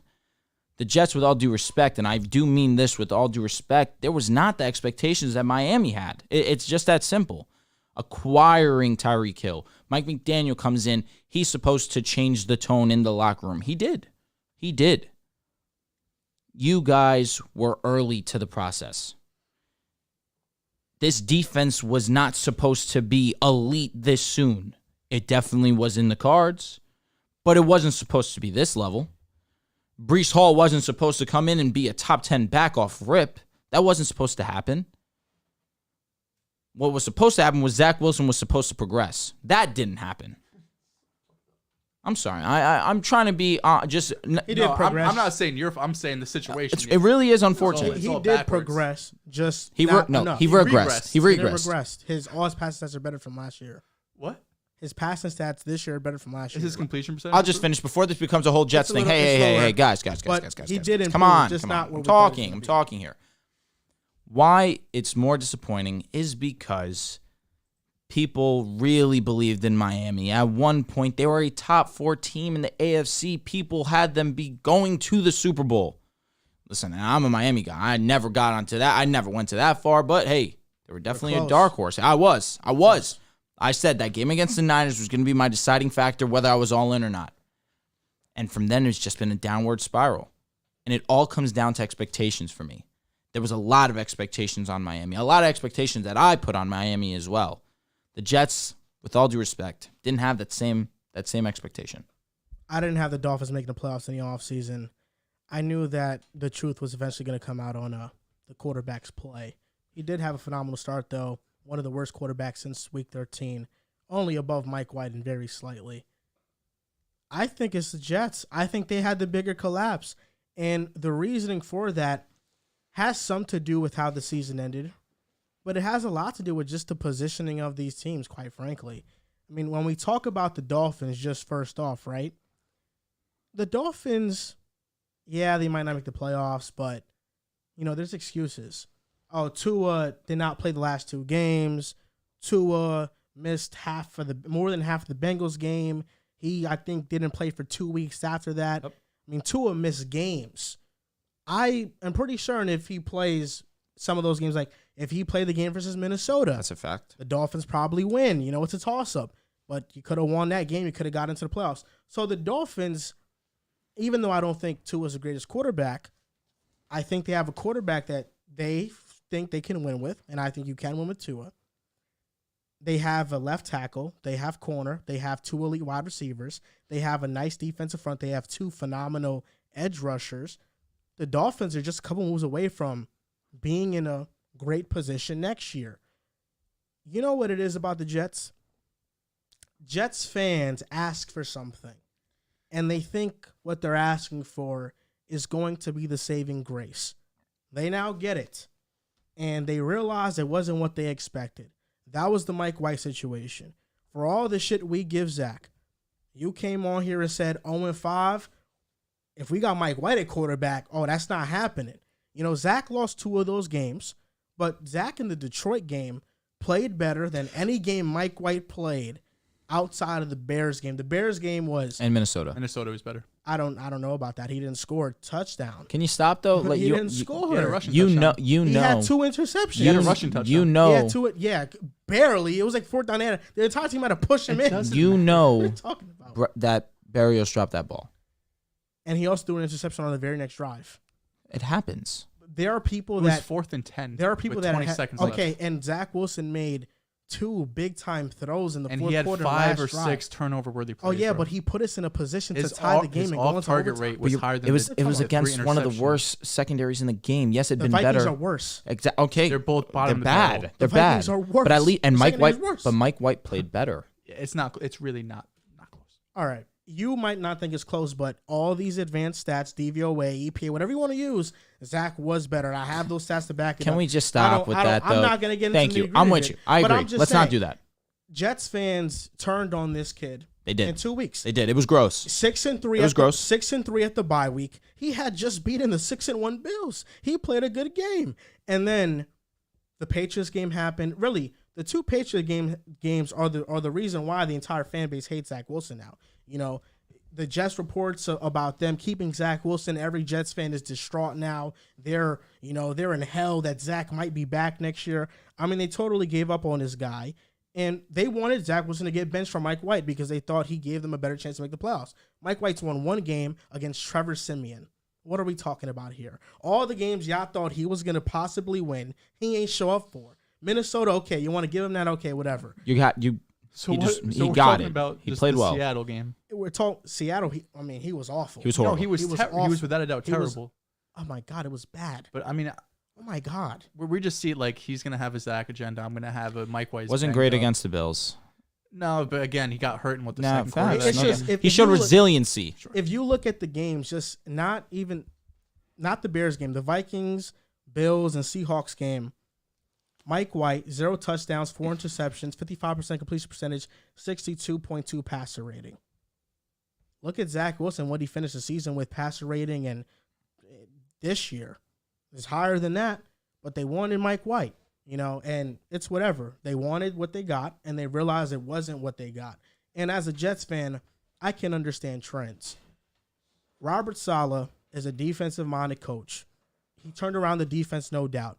He mishandled the quarterback situation. He mishandled the quarterback development by not getting a better quarterback coach. I mean, the quarterback coach, this is his first time doing it. So that right there is a red flag. Versus Detroit, we saw his poor clock management. In a tight game where you need to be perfect on managing the clock, he was absolutely horrendous in that situation versus Detroit. And ultimately, you look at the division we're in, Mike McDaniel's better. Sean McDermott's better. And Belichick. Belichick is better. He's the worst coach in our division. And defensive coaches historically are not as successful as offensive coaches. They're just not. So I'm not saying fire Robert Saleh, but I'm also not backing him 100%. I think our roster is in a good place. But here's what's going to happen. And it sucks I'm going to say this, but it's going to be the truth. And we're going to look back at this a year from now and be like, wow, Joel was really right. It's because I know my Jets. We're going to get everything we wanted this offseason, whether it's Derek Carr or one of these other manifested. One of these other middle of the pack quarterbacks. No, manifested. Right? Middle of the pack. Lamar's coming to town. Lamar's not going to be a Jet. Just manifest. He's not going to be a Jet. Yeah, you're right. Now it's locked. He's not coming. He's not. It's so unlikely. That Remember when they said Russell was never going to come to Denver? They traded him. You manifest. Listen, the Jets are going to get one of these quarterbacks, and next year, you saw the schedule was released. I mean, we see our home opponents. It's scary. It's a gauntlet. Derek Carr is not going to lead us to the playoffs anyway, or whoever we get, and we're going to be like, wow. It's just the Jets. I don't trust the Jets, bro. The Jets. I just know how this is going to go down. I don't have any expectations. The only thing I'll say is I don't trust this staff. Coming into this season, we looked at our schedule and said the same thing. We said, "Oh my God, look at this gauntlet we have to go through." We were in the hunt. I agree, but regardless, yes, next season we have I think KC I thought a lot Chargers. of analysts on TV picked the Jets to be good this season. I do. Robert Griffin had us at 10 wins. I had them winning 6 games. Yeah, there was some, but there was definitely also people like Brady Quinn who had us at fucking 0-9 in That's 5 an weeks. extreme. No, I know, but I thought you guys would go 0-8 to start. Like there was a strong chance that would happen. I was wrong. because coming into the year, like you had Baltimore, the Bengals, Miami revamped. You were at Green Bay. You were at the Broncos. Like you played the Bills and Patriots 3 times within 3 weeks. Like so, coming into the year, we also had the same expectation, but this this upcoming schedule, I do think looks a little bit rougher with KC and Philly, who are basically locked to be great teams next year, barring an injury to their quarterback. Like, they're going to be great. But I do think bringing in, whether it's Jimmy G or Derek Carr, the fact that we got 7 wins with the worst quarterback play in the NFL speaks volumes to this roster and the talent on defense and the weapons on the offense side of the ball too, especially when Breece Hall was there. 5-2 with Breece Hall. Now, obviously, I'm not a guy who believes that you should build your team around running backs or anything like that. But as you said earlier in the show, just a marginal quarterback upgrade is really a huge quarterback upgrade. And the Jets are going to go from not a marginal upgrade. The Jets are probably going to have a gigantic upgrade at quarterback, going from 32nd to, even if it's Jimmy G, 18th or Derek Carr, 14th. That's a substantial upgrade. The biggest question for the Jets for me this offseason outside of quarterback is, what do you do with LaFleur?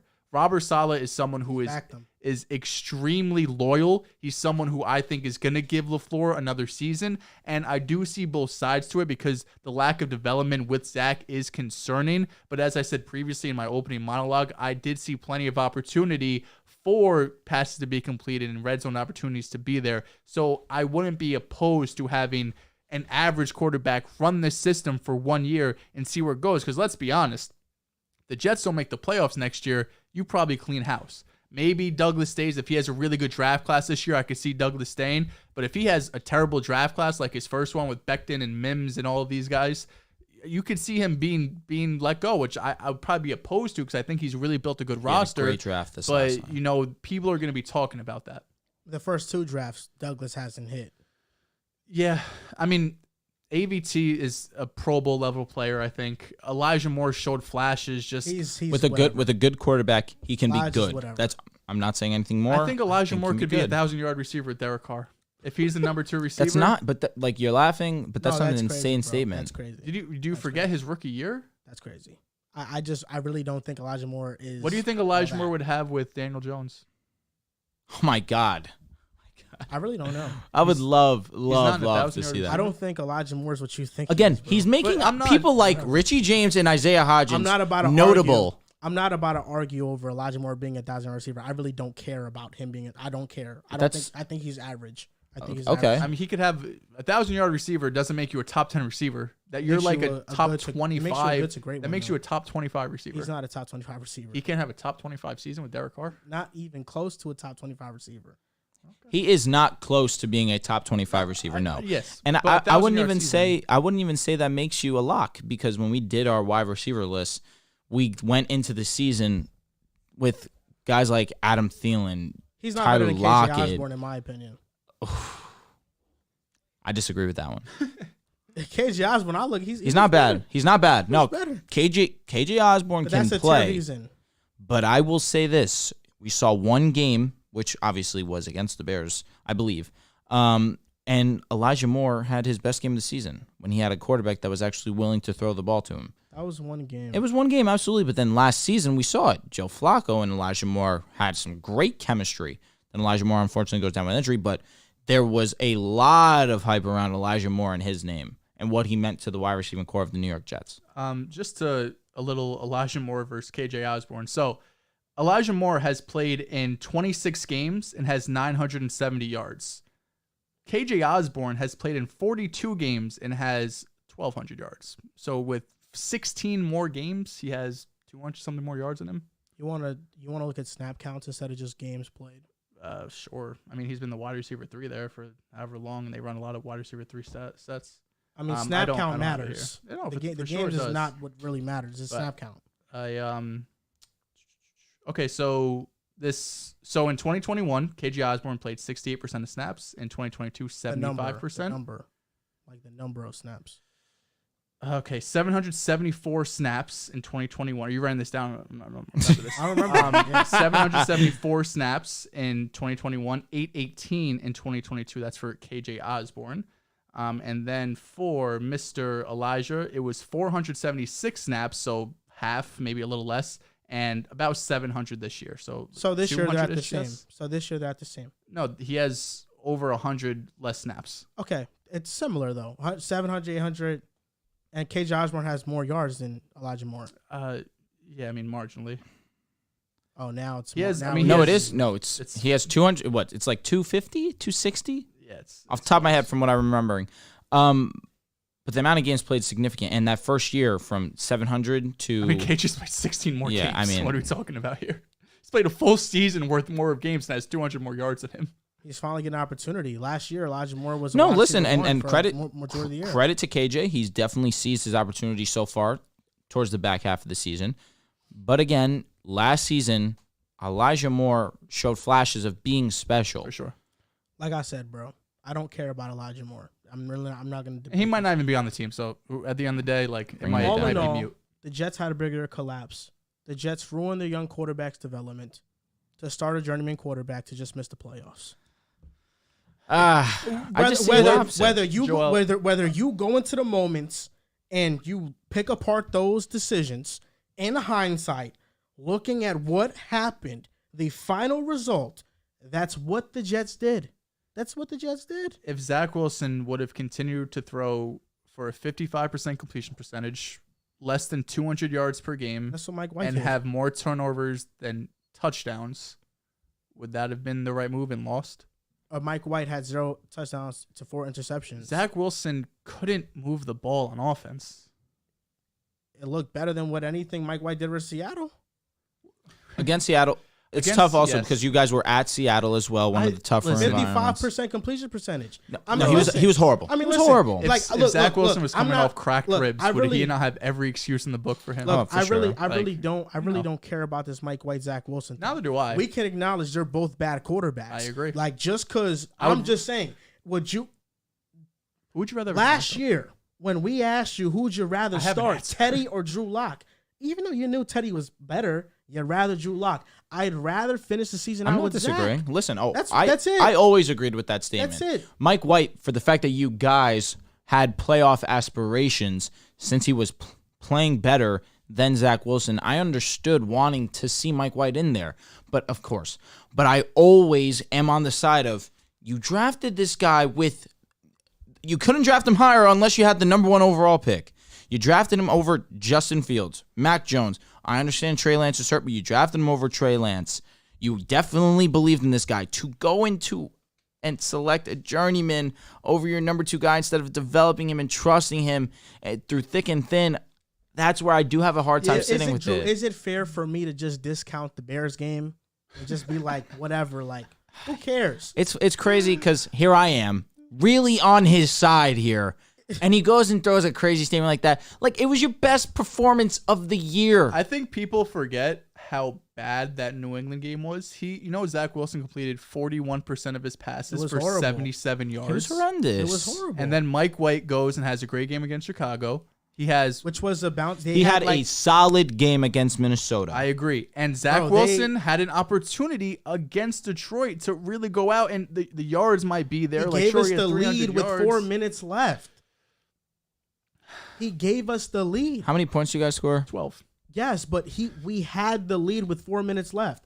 So your defense, 17, my bad. 17. So your defense for the first time all year. Our defense was put in a position where they had to make a first time all year you guys let up. That doesn't make our defense bad. No, absolutely not. But just in that circumstance, in that game, Zach gave us the lead with under 4 minutes left. We gave up that 4th and 1 touchdown. He had a solid last drive. And then the solid last drive, he put us in position to win. Absolutely. And Jalen he choked. That's something that Mike White ain't do versus Minnesota, but overall, or Buffalo.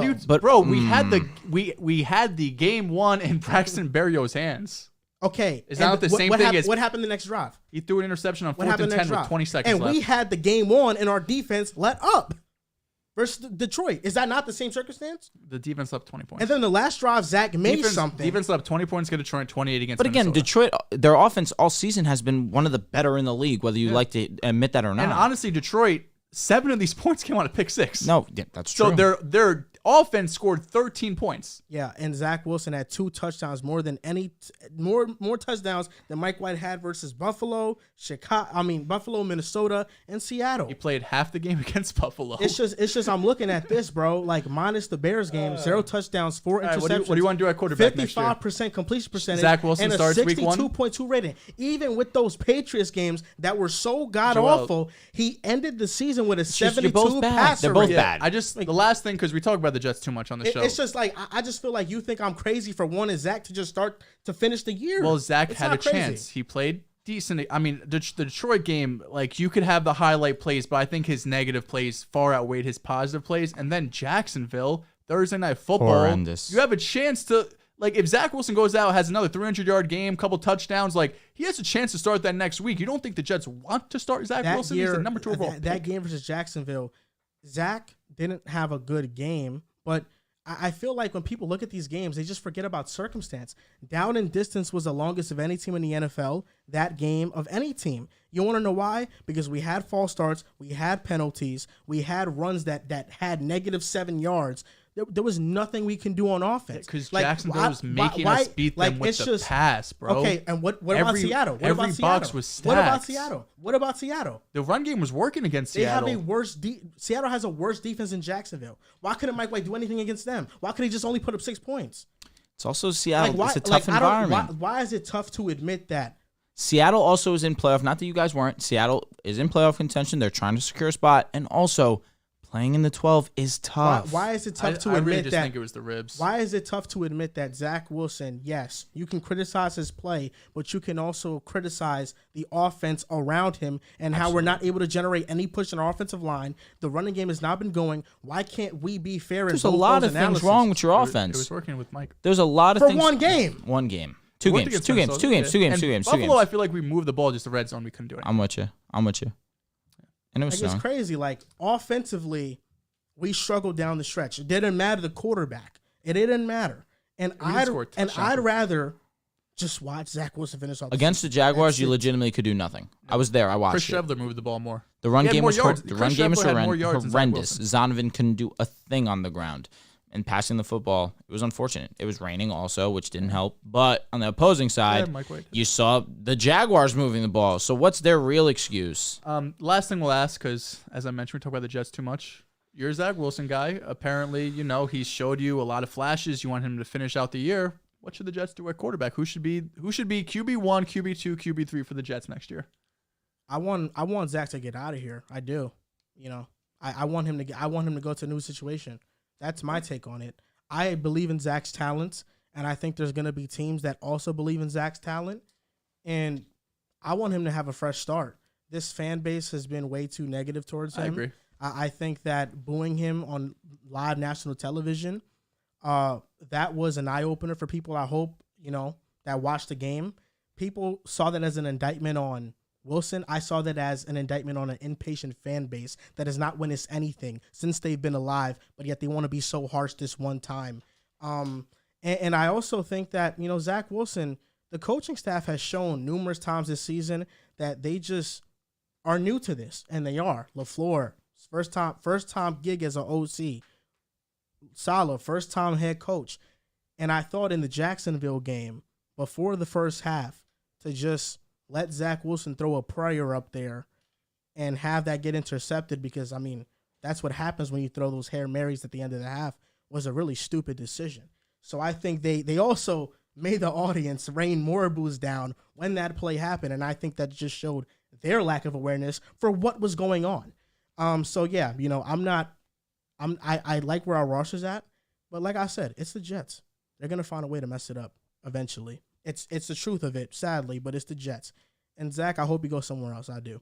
But if Saleh is gonna stick with the plan of having him next year and learning under a quarterback, it's cool too. No, man, you're funny. Me? Yeah. I'm not moved by it. Oh no, listen, understandably so. Like Zach's his There's guy. just nothing to I be moved expect about by the Jets right now, offensively. it. Outside of Quarterback. Garrett Wilson, of course. Yeah. The offensive line's horrendous. Your run game's horrendous without Breeze. Your tight end situation got better. It's decent. Yeah. But it's Garrett Wilson and a healthy Breece Hall, God willing. That's it. We're 5-2 with that. It's crazy. Yep. But your defense was otherworldly. For sure. And people weren't going into the Jets game thinking that we're playing this elite team. You guys caught teams slipping. On top of the fact that your defense was elite. Yeah. And it's been elite all season long. For sure. And just looking at the history of the NFL, defenses that have been elite one season, after the second season, there is slight regression. I'm not saying there's going to be regression on the Jets defense, but I wouldn't be surprised by it either if there is a regression. There shouldn't be. It's just the only thing would stop is injuries or Because something. also you got to think, listen, the Niners have been consistent. Yeah. The Broncos have been consistent. Sure. For majority, the Buccaneers have been consistent. Is there a world that Sauce Gardner next year gets called more for these 50-50 holding calls? There's a chance. Maybe, yeah. There's a chance. I've of course, thought of there's that, always a and chance. I think that's a reasonable explanation for a regression in the secondary. DJ Reed and Sauce is Elite. arguably Probably the best duo in the game. Need safety help, for sure. You don't like Ashton Davis, bro? Don't like Ashton Davis. Joyner. Whitehead not goes been on. horrible. No, Jordan Whitehead is I was really going to good. say he's been really Really solid. good. He's run support, though. Yeah, he's not. We It's need true. a Facts. The Eagles suffered back-to-back losses. They lost to the Saints 20-10 this past weekend. They're now 13-3, 2 in a row. And there's a chance they lose out of the first seed in the NFC now because of these 2 losses in a row. Do you think this showed just how important Jalen Hurts is to this team? I feel like I don't even got to talk this segment. I've made my point 3 weeks ago when Jalen Hurts got out. I feel like this is the segment I could just sit back, relax. I know you're a Hurts guy. You told me Gardner Minshew could do the same thing in the system. So let's go. No, I didn't, bro. Let's hear it. I said that he can have success in the offense. I didn't say he could do the same thing. Would you say he had success? Against Dallas, for sure. He had 2 interceptions. And you look at he had a and he had a QBR 14 against the Saints.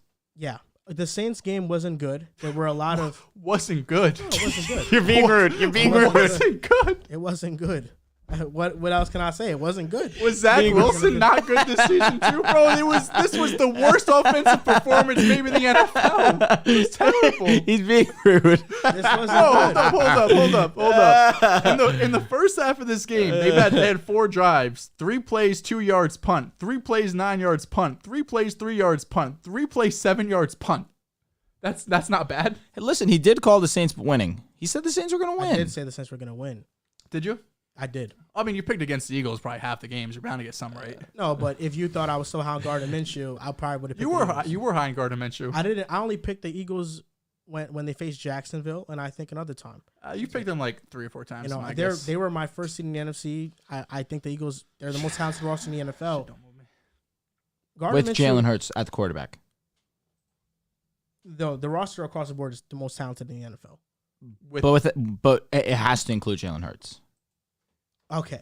I understand what you mean. Absolutely. Hey, I get what you're saying. If you remove the quarterback from every team, the Eagles stand there with the best roster talent-wise, collectively. That's what I mean. They're not a Super Bowl team with Gardner Minshew. Yes, the quarterback changes a lot, and Jalen Hurts elevates them. I'm just glad you're Gardner your mistakes. I never said Gardner Minshew could take them to the Super Bowl. I only say that because let's say Gardner Minshew, right? They face up against the Niners, right? Gardner Minshew, Brock Purdy, pre-even quarterback matchup.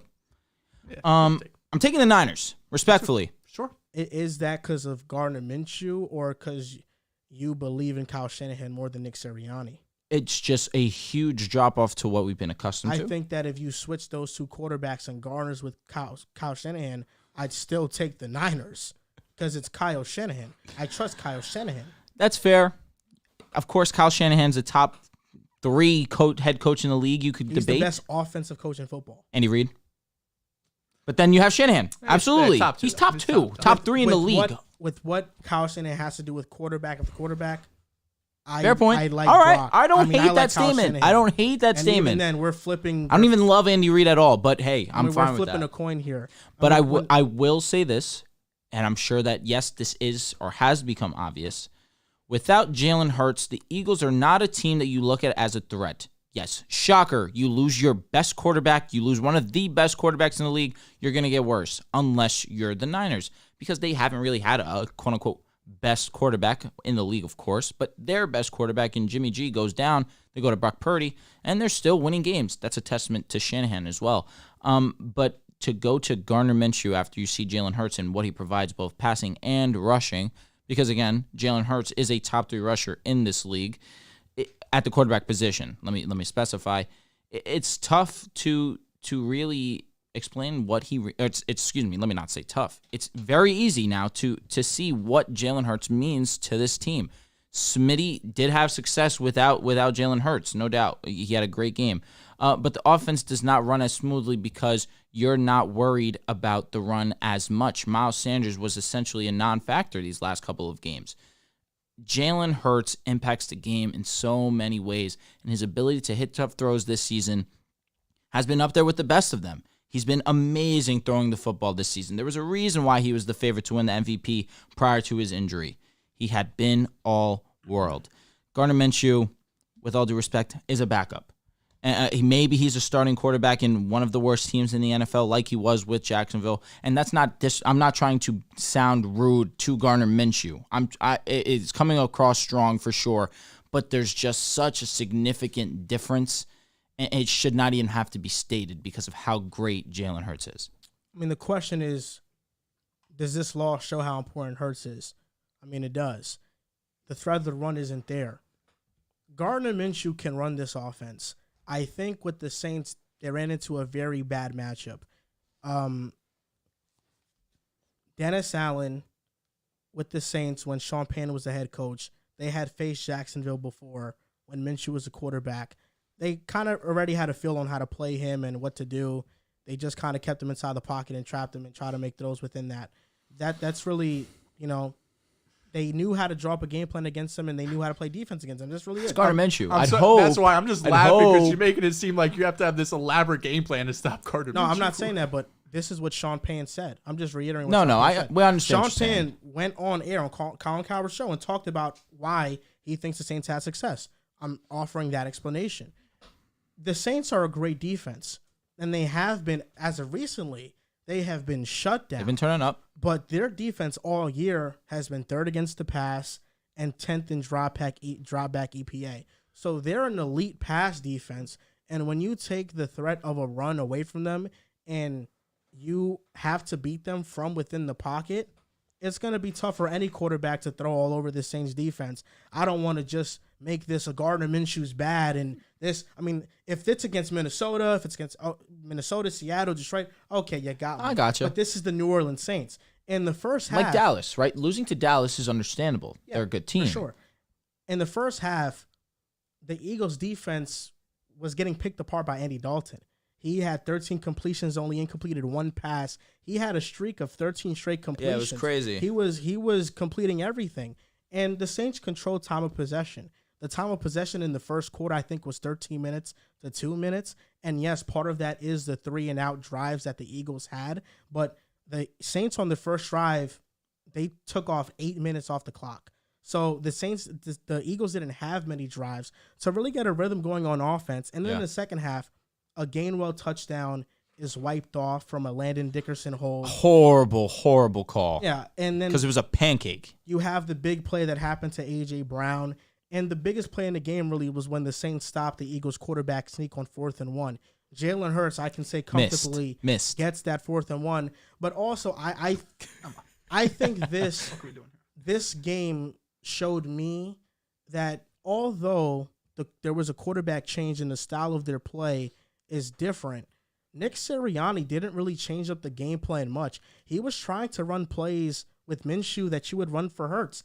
And there were some read option plays, and you can see the defense not respecting the Gardner Minshew's threat at all. Yep. There were some times where Minshew should have, held on to it and now ran, but he wasn't trying to do any of that. I just felt like the game plan also wasn't catered so much to Minshew and trying to get him into rhythm. In the 4th and 1 cute quarterback sneak, I wasn't the biggest fan of that call, given Minshew and he's just not he's not what Jalen Hurts is, and his flaws showed in this game. His presence in the pocket, he's an unsettling quarterback. He's jittery. He lacks arm talent, and the way defenses play him reflected. They were playing press. They really didn't have a threat of the deep ball, and I think Jalen Hurts gives you that goal ball threat.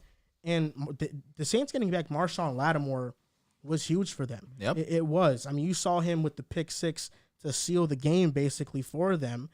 And the rushing yards discrepancy with Minshew and with Hurts, that's where you just get your analysis from. With Hurts, the Eagles rushed for 158.6 yards per game. With Minshew, it's been 77 per game. So when you're getting double the output on the ground, it frees up the pass even more. So yes, Jalen Hurts is valuable, and he's a great quarterback. And to this offensive system, which they have catered the entire offense to his strengths, if you ask another quarterback to just come in here, it's not a similar offense to what a drop-back system is, and you get the same results. I think there's more of an adjustment to fit whatever Minshew wants to do because it's a system that's not fitted to his strengths. And I think you see that with how the Ravens have their quarterback room. They have Lamar Jackson who can do everything, but Tyler Huntley, he's not Lamar, but he gives you that dual threat. And that's why with the offense, when you watch the Ravens, it doesn't look abysmal with Huntley. He does a fine job for a backup. And that's where I feel like the difference was in here. But, yeah, they definitely missed Jalen Hurts. And against top 10 defenses, I did some digging, which have been top 10 passing defenses. Washington, Dallas, Indianapolis, and Green Bay. Jalen Hurts, 10 touchdowns to 1 interception, 105.1 rating.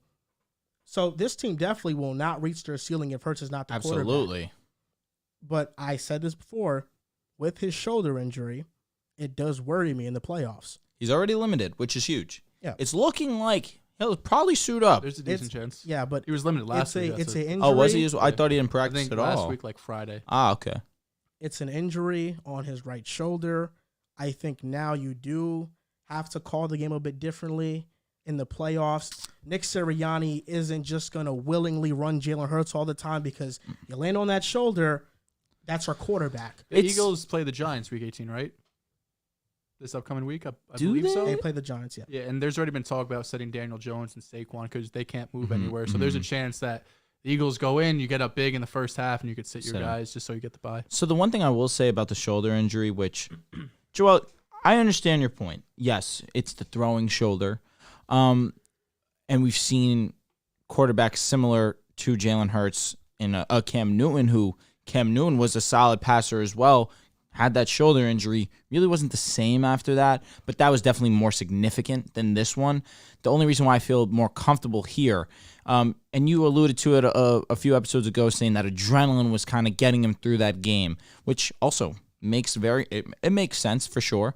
But at the same time, to make that throw deep down the field, to basically ice the game, I believe it was to A.J. Brown on the money, it allows me to feel more confident that, one, he's not going to put himself in a position to hurt himself, and two, is more importantly, he's going to be fine throwing the football. And I think that so long as he's on the field, you trust Jalen Hurts in every aspect of the game, whether it's rushing and passing as well. You trust them, but the design runs, if a defense doesn't have to prepare for that as often, to this point, obviously Hurts has done a phenomenal job, but the big question mark is, can you win within the pocket in the playoffs? And we haven't seen that yet. Well, so this will be a test. I feel confident that since it's playoff time, since the goal is championship, players play injured all season long. We know that. It's not going to be in Jalen Hurts' head. Hey, let me relax. Let me not run as often as I might prior to this injury. I think come playoff time, all the cards are on the table. I'm trying to do everything I can to win a championship, even if that means putting my body on the line. Jalen Hurts is a gamer. More than anything, that really sticks out. As great as he is on the football field, his intangibles stick out more than anything else to me. And that speaks volumes to Jalen Hurts as a whole, which is why I feel very confident that so long as he's on that field, he's given 110%, and the injury's not even going to be on his mind. And he's been one of the best quarterbacks from the pocket this season. Obviously, it hasn't been done in the playoffs yet because, he played one playoff game. Of course. But from this season, at least, he's been great from the pocket. And Gardner Minshew is a backup. That's what he is. The only reason the Eagles even scored 10 points was because you throw up a jump ball, the corner falls, and A.J. Brown just does A.J. Brown things. A.J. Brown, for sure. And runs for an 80-yard touchdown. So the only reason I want 3 instead of 10. It was a good throw. It was a good catch. Yeah, the cornerback fell, so that helps. One thing I will say, all the are we gonna now just discredit Jalen's goal balls because of that? No. To all the people who thought Gardner you discredit Minshew, Tua when his boys get open in space and they do the rest. Oh, yeah. That's all I'm saying. That's why I feel you. Chooses. But to all the people who thought Gardner Minshew or any journeyman quarterback could come in and run this offense, anything similar to Jalen Hurts, get your ball card revoked. On a lesser scale, and people are gonna laugh immediately because they have to know where I'm going with this. You go from Tua to a Teddy Bridgewater to a Skylar Thompson, there's a drop-off because they're not as good. The same guy. Of course, yes. At a higher level, because Jalen Hurts is playing at a higher level, you go from Jalen Hurts to Gardner Minshew. Of course, it's going to be a drop-off. This whole system quarterback thing, it gets disrespectful because not everyone can just come in and do what they're doing. You would, right? Because everyone wants you to think that they have these elite weapons. They have this great offensive line. They have this great offensive-minded head coach. Someone should just be able to be plopped in there and be able to play well, play at a similar level. It doesn't work like that in the NFL. There's a skill gap. There's a reason why they're the starter and these other guys aren't. Without a doubt. And I'll also say the Ravens' offense with Tyler Huntley is abysmal. It's dog shit with Lamar Jackson. It's insane because last season, take it easy. No, it's last not. season. It's actually real quick before you go. Go ahead. So Tyler Huntley came in his first start against the Broncos. They've scored 10 points, 16 points, 3 points, 17-3 with Lamar Jackson 24, 38, 37, 20, 19, 20, 23, 27, 27. How much did they score against the Panthers? 13. The next week 27 against Jacksonville. Jackson was not a very good defense. So the one game they scored less than 20 points. Literally two. The Bengals, they scored 19, still won. Tyler Huntley scores less than 20 points every. I think we know, obviously, but you said the Ravens. It's not close. It's not close. But you misinterpreted what I said. It's the fact that the offense I knew what you meant. Run in a similar way because you have a dual threat guy. With Minshew, I guess it did sound kind of backhanded to Lamar. But it's similar like play styles as opposed to Minshew. They have similar play styles, but the results are far from no, the same. Oh, absolutely. No, for sure. No, definitely. It's just that's the way it came across. No, it did not. I just said the play style is what it is. You didn't say no. play style. I took it this way. No. I took it. He said play style. No, you said the offense runs the same. No, I said because they have similar skill sets. Maybe you had a Freudian slip. I almost positive you said the but offense. I knew what you runs meant. If you think I said that, but Drew's over here saying it's whatever. You misinterpreted what I said. Exactly. No, I understood what you meant. He's just a come on Lamar guy. That's why. I gotta keep him on his toes because he likes to get disrespectful. He lets us sneak little things in against Lamar. I gotta check you, bro. Joel, that's why I understood. I understood why he was saying this. Tyler Huntley over averaging fucking 14 points a game. Now, who am I? I really have been the mediator this whole episode. It seems. You know how he is. No, I'm just. But it's crazy how this is what he does. But the Zach Wilson versus Mike White thing, let's do points with Mike White and points with Zach Wilson. Let's do it outside of the Bears game. You're gonna see it's very similar, but you're sticking with it. I'm just saying. And why do you forget about Minnesota? I said it's the play style. You can do Minnesota too, but Seattle and the Buffalo game are gonna. He played half the Buffalo game. He said cracked ribs against Seattle. What am I supposed to say? Okay, crap ribs. He had 2 weeks off. 2 weeks of rest. He's still fucked up. He had 2 weeks of rest. He probably shouldn't play the rest of the year. I mean, so you're using the injury as an excuse. The injury's why I already said I'm not using that as an excuse, but when I said at the beginning, after I gave my apology to Drew, because I said I'm 1,000% wrong, but if we could just put that to the side, because I already know I'm wrong, if I'm looking at it unbiased, you could tell he was uncomfortable the whole game. It's fine. It doesn't matter. It really doesn't matter. That's my opinion. You might have a disagreement. You do have a disagreement because you're a Zach guy. It's cool. Any last thoughts on the Hurts thing? Oh no, he's him. He was the MVP before he got hurt. I know you're Mahomes. He was quite literally the betting favorite. Vegas says he is the MVP. Vegas does not lose money very often. He was going to be the MVP. That doesn't mean he's a better quarterback or even maybe more valuable. Do you think Hurts had a better season than Mahomes this year? No, Mahomes did. Okay. Yeah. So who's That's MVP? Fine. It's Patrick Most Mahomes. valuable player. No, but hey, it's Mahomes. No, but hey, okay, listen. betting wise, Hurts was the favorite. In your eyes, in your analysis, who was the most valuable player? But if at the end of the day Hurts won MVP, it's the easiest way to explain it. At the end of the day, he's not going to win it. So easiest way to explain it. From 2009 to 2018, who's the best player in the NBA? Who's the most valuable player in the NBA? LeBron James. Yes. He wasn't going to win the award every single season because you knew. There were seasons where LeBron didn't have a better season than those said players. I'm just going to disagree personally. Personally, I'm going to disagree. You can obviously have counter agreements. Similar here where Patrick Mahomes is more valuable. Statistically, passing-wise, he has been better. But when you accumulate both passing and rushing, on top of the fact that the Eagles are the best team in the NFL record-wise, and some could say off paper alone, they're the best roster, people could favor Jalen Hurts as well. But, hey, that's MVP conversation for you.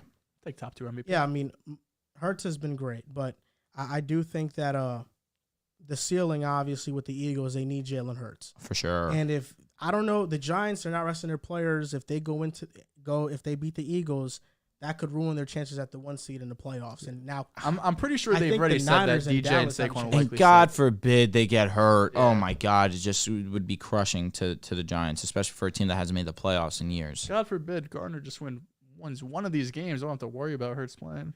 He should have beat the Saints. No excuse for not beating them.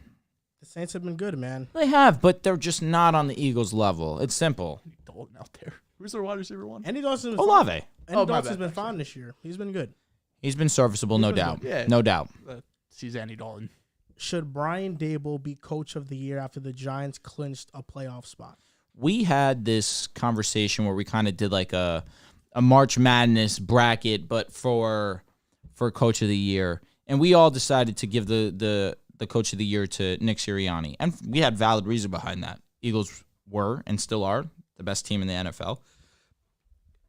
However, I have had a change of heart because it should get to a point where we just don't give the award to the best team, from the best coach from the best team. For me personally, there has not been a team in such a long time where we see the roster and we see the talent on it, and it's limited talent, that has reached this level of success and this level of overachieving. And now I use those words very particularly because last season, the Bengals were not a team that most did not expect to have the success that they did. No one had them going to the Super Bowl prior to the season starting. Maybe a few had them going to the playoffs for sure, but no one had them going to the Super Bowl and being as good as they were in this situation. But at least with the Bengals, you had talent there. Jamar, T, Tyler Boyd, Joe Mixon, Joe Burrow, of course, the defense on the other side. Here with the Giants, there is limited talent.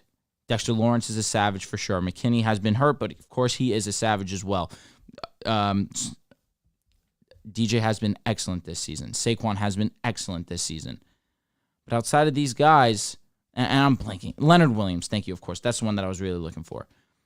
Outside of these guys, there's not many other guys you look at and really they move you.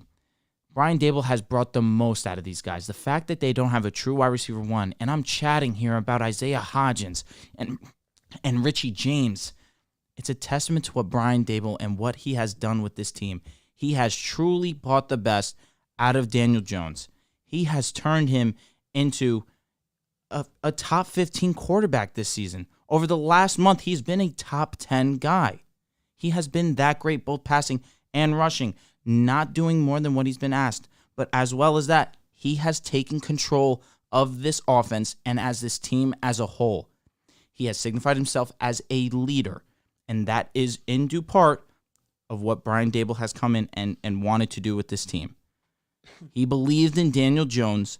He believed in what this team could do, and they overachieved more than any other team in the NFL. He deserves to be the coach of the year. It's almost like you took my notes and just copy and paste it because I feel the exact same way. If you take away, just give it to the team with the best record, no matter what, he's the coach of the year. It's Brian Daboll, because it's kind of hard to go back months and be like, what was this team really like? I think I had the Giants maybe like 5 wins, if that. I got called crazy for saying they'd win more than 7 games. For sure. I thought that was a dream to have 9+ wins, let alone get into the playoffs, because I mean, coming into the year, you have a new head coach, you have a new GM, you have a quarterback who's on the rocks, you have no talent receiver in tight end, you have Saquon coming off a banged up season, his least efficient season of the year. So when you're looking at this team, it's like, where's the strength going to be? How are they going to win games? I mean, you could point to the defensive line, but how many teams are really going to go to the playoffs because you have a bad offense and a good offensive line, and a good defensive line, and that's really it. I mean, that's not really happening at all in 2022. And in the offseason, you brought in this new regime at GM and head coach, but they didn't have any cap space. They had to cut James Bradberry because they didn't have any cap space. I went to look at their best signings, right? I was like, who did they bring in this offseason? I don't remember. I went to gmenheadquarters.com. Dory Jackson was huge for them. Adoree Shoot was on that list, but they ranked their 5 best offseason moves. One of them was re-signing their long snapper. One of them was signing Matt Breida, and the other one was signing Tyrod Taylor. More than half of their moves, best offseason moves, according to this Giants website, was backups and a long snapper. I mean, that's the situation this GM and front office was brought in to do. Like, they did have 2 top 10 picks for sure. Kayvon Thibodeau, and home run. Evan Neal has struggled, but tackles, usually struggle. He was a great prospect, so I do have faith for him. But the fact that they were able to come in and turn Daniel Jones around, right? I know you were higher on him. You thought there was always this possibility, but I mean, completing over 67% of his passes, top 10 in QBR. And while he hasn't blown you away in terms of yards and touchdowns and all of this, he's been great when you needed him most. He has 4 fourth-quarter comebacks, 5 game-winning drives, and he actually has the lowest interception percentage in the entire NFL. So when you're looking at these guys like, 4,000 passing yards, 30 touchdowns, all of this, Daniel Jones, at least right now in this offense with these weapons, isn't going to give you this. But the fact that he's able to do it in the biggest situation, I thought Minnesota was his best game of the season. The fact that he put himself in position to win that game, let alone, obviously Greg Joseph goes and kicks a 60-yard field goal. They probably should have won that game, right? Only the Giants, really. Only the Giants. But the fact that he's been able to turn Daniel Jones around, also get some injury luck as well. Daniel Jones' first 2 years missed, 3-4 games basically every season. This year he started every single game. So the fact that he's been able to, one, stay healthy, credit Daniel Jones, obviously working on his game, but Brian Daboll being able to come in, and that's the one thing you're going to look for, right? When we talk about defensive coaches, it's can you turn around your side of the ball? Now, offensive coaches is can you get the most out of your quarterback, regardless of whatever's around them, can you get the most out of it? And you look at Brian Daboll, there has been no coach, and I don't mean this with any disrespect, there has been no coach or no team that I think has overachieved more than the 2022 New York Giants. This roster across the board coming to this season, it was really hard outside of defensive line and running back, who obviously has been battling injuries, to look at who's the strong point. How are we going to win these games? How are we going to outmatch teams? Where's going to be our advantage?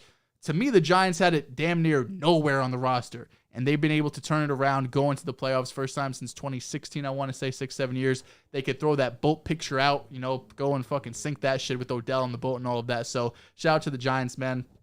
Play Minnesota first round. Who knows? Who knows? Plus 4,000 odds. Hey, throw $1 on it. Win 400. The last 2 games by Nick Sirianni, I think, are the reason why he's not Coach of the Year. Not winning those games without Hurts, I think, puts a little bit of a stain on Sirianni. He does have overwhelming talent, and then you have a great quarterback as well. You're not able to win games when you have a backup. And the Saints game was just an abysmal offensive performance all around. I mean, it was Minshew, but it was this offense and things. I mean, sometimes Minshew there was nothing there for him to have anyway. The Coach of the Year for me is Brian Daboll or Kyle Shanahan. And I'm with you. Kyle Shanahan, I lean towards him due to the fact that in the offseason, Trey Lance is the quarterback. He gets injured week 1. It's the end of the season for him. Jimmy Garoppolo comes in, and he does what Jimmy G does. He plays efficiently. He gets hurt now.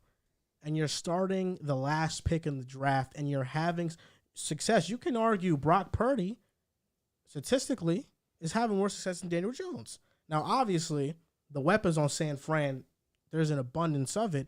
But the fact that he has a quarterback that was the last pick in the draft playing at this level, he should be the Coach of the Year.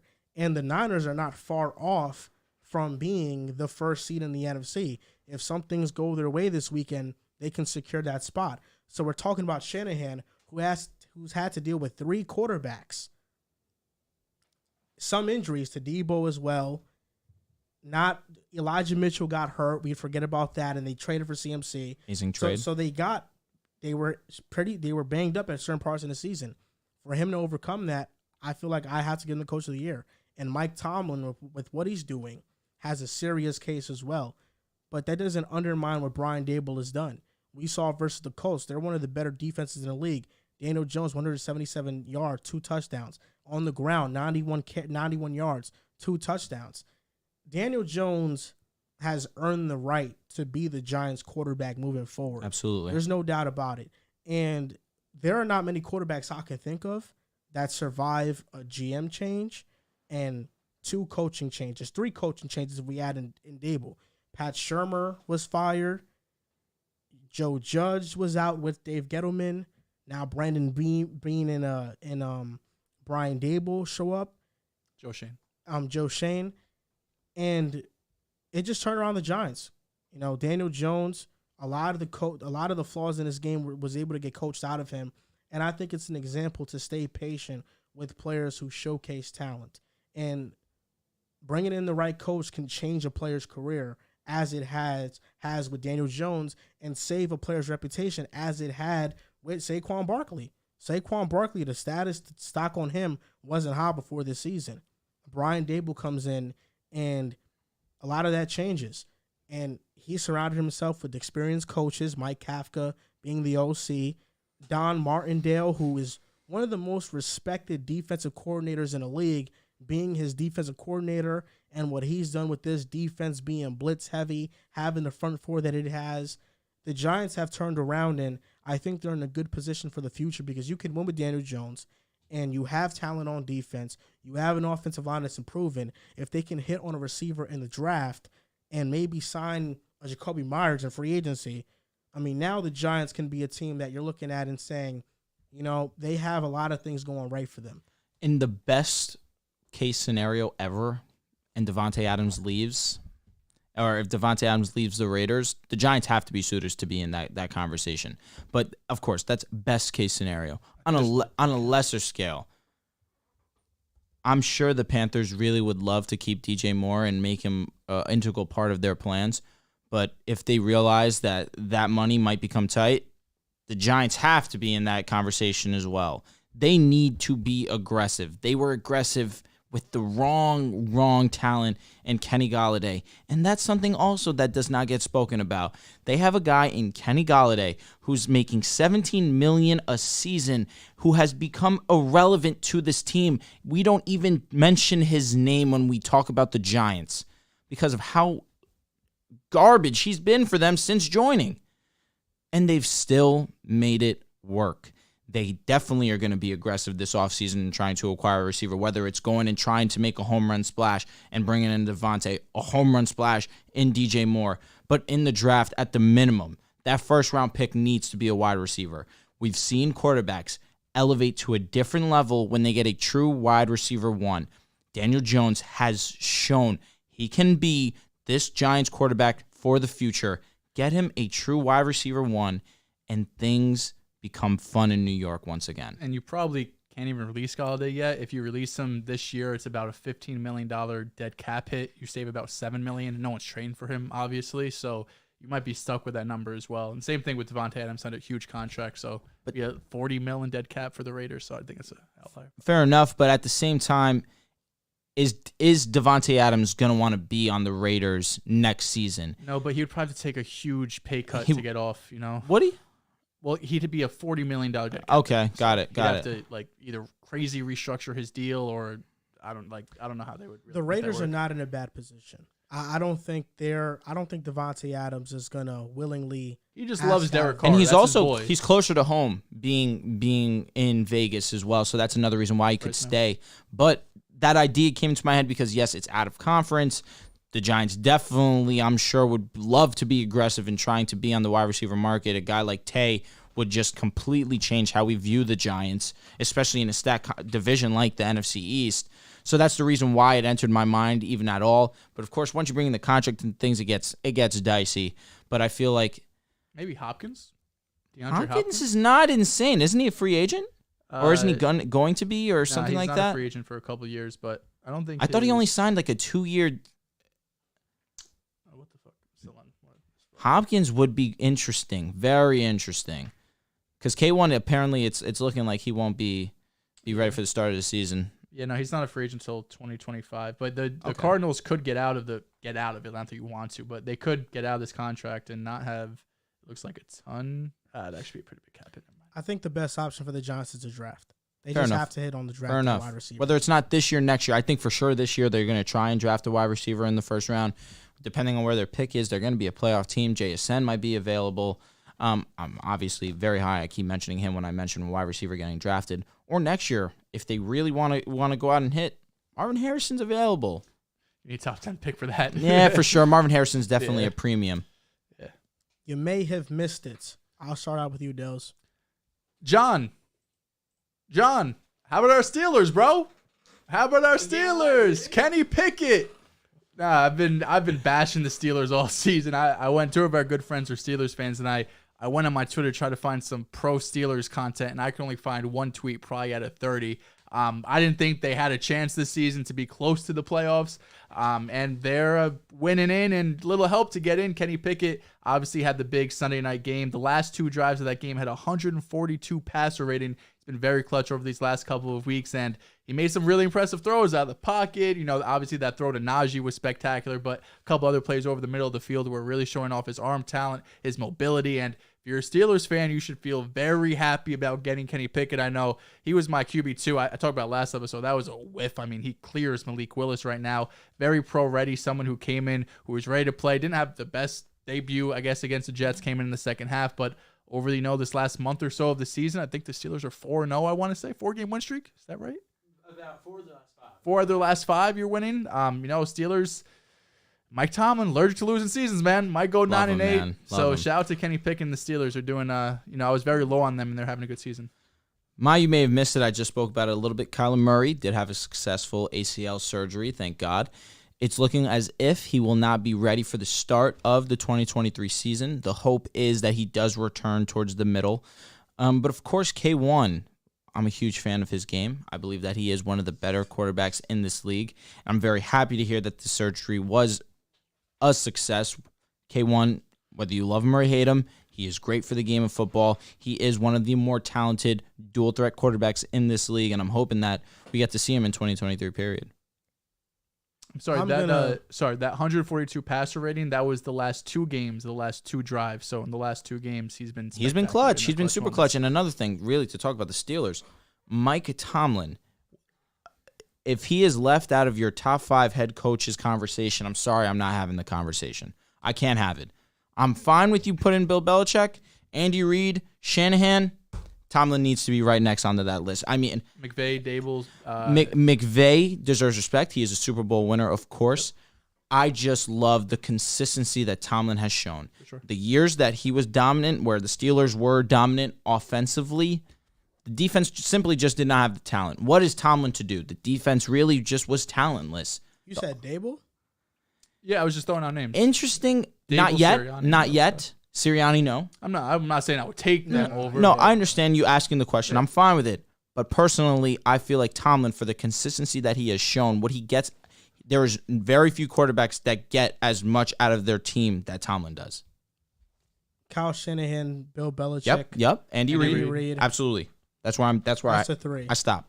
So McVay, you're not putting in there. McVay's that fifth head coach for me, personally, for the consistency that Tomlin has shown, I lean Tomlin. But if you don't have him in your top 5 head coaches, we're not having conversation about football. Pete Carroll, no. Vrabel deserves respect, but I feel that Tomlin has done it longer. Yeah, for sure. Pete Carroll, no, right? Personally, no. If he would have made the playoffs with Matt this LaFleur? team, probably. They still could. Matt LaFleur, I'm not a huge fan of personally. They still could, the Seahawks. I understand, yes, he's a good coach. I'm not saying that me not being a fan of his automatically makes him bad. He's not. I'm personally just not a fan of his. Yeah, he's definitely a top 5 coach. Kenny Pickett, he's just being clutch. And I'm going to steal yours. That's fine. That's fine. Hey, Kenny we're here to Pickett, share. 4 game-winning drives, 3 fourth quarter comebacks. And he's only had 1 interception in the last 6 full games. And 6 of his interceptions have come in 2 games. So 3 in each one. Not good. But as of recently, Kenny Pickett has been really good. 2nd week in a row, game-winning drive versus Vegas and now Baltimore. And he became the first rookie since the 1970 merger to throw a go-ahead touchdown in the final minute of regulation in back-to-back games. Now, Kenny Pickett, I thought the Steelers were going to have a top pick. I mean, this team was done in the middle of October. 2-6. To the point, but they've turned their season around to the point that you're looking at Kenny Pickett and you're saying he's the long-term option for the Steelers at quarterback. Like he is. And especially as stable of a situation that the Steelers have, just from front office down, the team, the talent, Kenny Pickett is in a very good situation to succeed. And Mike Tomlin, you make a few roster tweaks. The AFC North is shaping up to be what everybody thought the AFC West was going to be this past season. You got the Bengals with Joe Burrow. They still going to be a problem. You have the Ravens when Lamar Jackson is healthy. They're going to be a problem. You have the Cleveland Browns with Sean Watson, hopefully most likely getting back to form with Kevin Stefanski. They'll be an issue. And then the Steelers. You can never count on Mike Tomlin and Kenny Pickett only getting better. I mean, this division is going to be one of the best, if not the best in football. While we're on the conversation of the Steelers, I want to give a shout-out to our guy, Big O. Fortunately, he mentioned to us that his father did pass away. Oh, damn. Big O is a huge supporter of the Pick a Side family. He is one of our guys when it comes to Pick a Side. He's one of the first fans that come to mind. I wanted to send you my love, my prayers, my thoughts. You're going through a tough time right now, King, and I just wanted to make sure that we give you that shout out. We're talking about the Steelers, and I can't think about the Steelers without thinking about you, King. So I hope everything's going all right, man. Shout out. And I give you my best. Shout out to Big O. I didn't even know. So, prayers to you and your family. But what are the odds that it's, that happens in week 0 up here? And I haven't praised the Steelers all season. I know, and facts. we don't talk about the Steelers much this year. And, obviously we both talk about them without knowing. So prayers to you, bro. Yeah. Kenny Pickett, we're not sure what he's going to be, but we can always project. Now, currently, he's at $20 on Mojo. Yes. Do you think Kenny Pickett will have a better career than these quarterbacks I'm going to name? Here we go. Mitch Trubisky. He'll have a better career. I'm with that. I think he will have a better career. Teddy Bridgewater. Yes. Yeah, he'll have a better career than Bridgewater. I think he will too. I think he will. Marcus Mariota. Yes. For sure. That's another thing. Dude quit on his team. Not even a part That of the was squad. nuts. Yeah. Insane. Go ahead. I think Kenny Pickett also will be better than Mariota. Are these all the prices? Like, Yes. Mariota's at $28, Bridgewater's at $27, and Mitch is better at $23. So if Kenny Pickett at $20, he's undervalued. Next quarterback, Jimmy Garoppolo, $36. No. I don't think so. He won't have a better career than Jimmy Garoppolo. Jimmy Garoppolo has a very underappreciated career. that's a good point. I'm going to say no. I wouldn't bet on it. I think it's going to be close for sure. It will, but I got to give respect to Jimmy and G for being one of the more under-the-radar, sneaky good quarterbacks. I don't know. Something tells me that in a few years, Jimmy Garoppolo's going to be this backup quarterback. And although he did have a moment where he started, I think he's a backup quarterback. I will say Kenny Pickett will be better. Next one, Jameis Winston at $36. 30 for 30. He's had a 5,000-yard season. Yeah. He's been a Pro Bowler. And Jameis this year, man, talk about a guy that kind of got slighted, got injured, was playing through an injury, but played poorly, ended up losing his job to Andy Dalton. Really unfortunate, truthfully. That's tough, man. He's in as good of a situation as you can be next to Mike Tomlin and the Steelers organization. I'm going to bank on yes, actually. Jameis with 3+ 4,000-yard seasons, another season of 3,500 yards.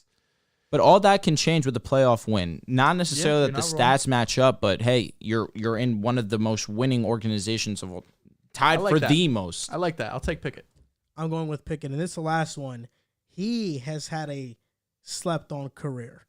Joe Flacco at $67. I mean, Super Bowl. He was very good until he won that Super Bowl. He should have never won it. Shit, maybe he might be a starting quarterback right now. All jokes aside, of course. Joe Flacco was electric with the Baltimore Ravens. That playoff run is one of the all-time great quarterback runs that we'll see. What's his price right now? That's $67. Yeah. I feel like that. I mean, that could be the ceiling, right? Like prime Joe Flacco could be KP ceiling. It's very interesting. I think Pickett's probably more mobile, athletic. But yeah. But I mean, like what they can do in their landscape. Like the defense was solid, but then Joe Flacco at the same time. What was he? 11-0, 11 touchdowns, 0 INTs, I believe, off the top of my head. Flacco, I mean, career-wise, if you look at his prime, around 4,000 yards, 64-ish completion percentage, 25 touchdowns. I mean, that's something that I think Pickett could get to. And if you're there with, the reputation the Steelers have in terms of being able to bring in talent and build it up, I think he could have, similar. Maybe doesn't get the Super Bowl because only a handful of guys could do that, but it's in the realm possibility. I think it's definitely Joe Flacco. And the Super Bowl is what sets him apart. It does. I'm with you. Sure. I'm with you. That's all that sets him apart, very hard to accomplish. Which is huge. Next topic, Brock Purdy, the 49ers. They beat the Raiders, game-winning drive and fourth quarter comeback. The first of Brock Purdy's career. Is it time to admit that Brock Purdy's he's a legit quarterback? He's legit. So when I am evaluating Brock Purdy and the things that he has done on the football field over these last 3 weeks, I simply am looking for him to not do more than what he's being asked to do. As the last pick in the NFL draft, quote-unquote, Mr. Irrelevant, to do what he has done over these last few weeks is nothing short of impressive, to be honest with you. And yes, you can look at the Buccaneers and think that that was his real true test. What are you going to do against the Buccaneers versus Tom Brady? He lit them up, absolutely. I look at this game against the Raiders, ironically enough, and say that this was his biggest test for the fact that the Raiders kept answering everything that the Niners were doing. And for once, he was in a situation where the Niners defense was not backpacking. They were not the regular Niners defense that we had seen basically all season long. He needed to step up, and he did. He made big throw after big throw, not trying to do too much. Listen, on top of CMC being CMC, you have to utilize him.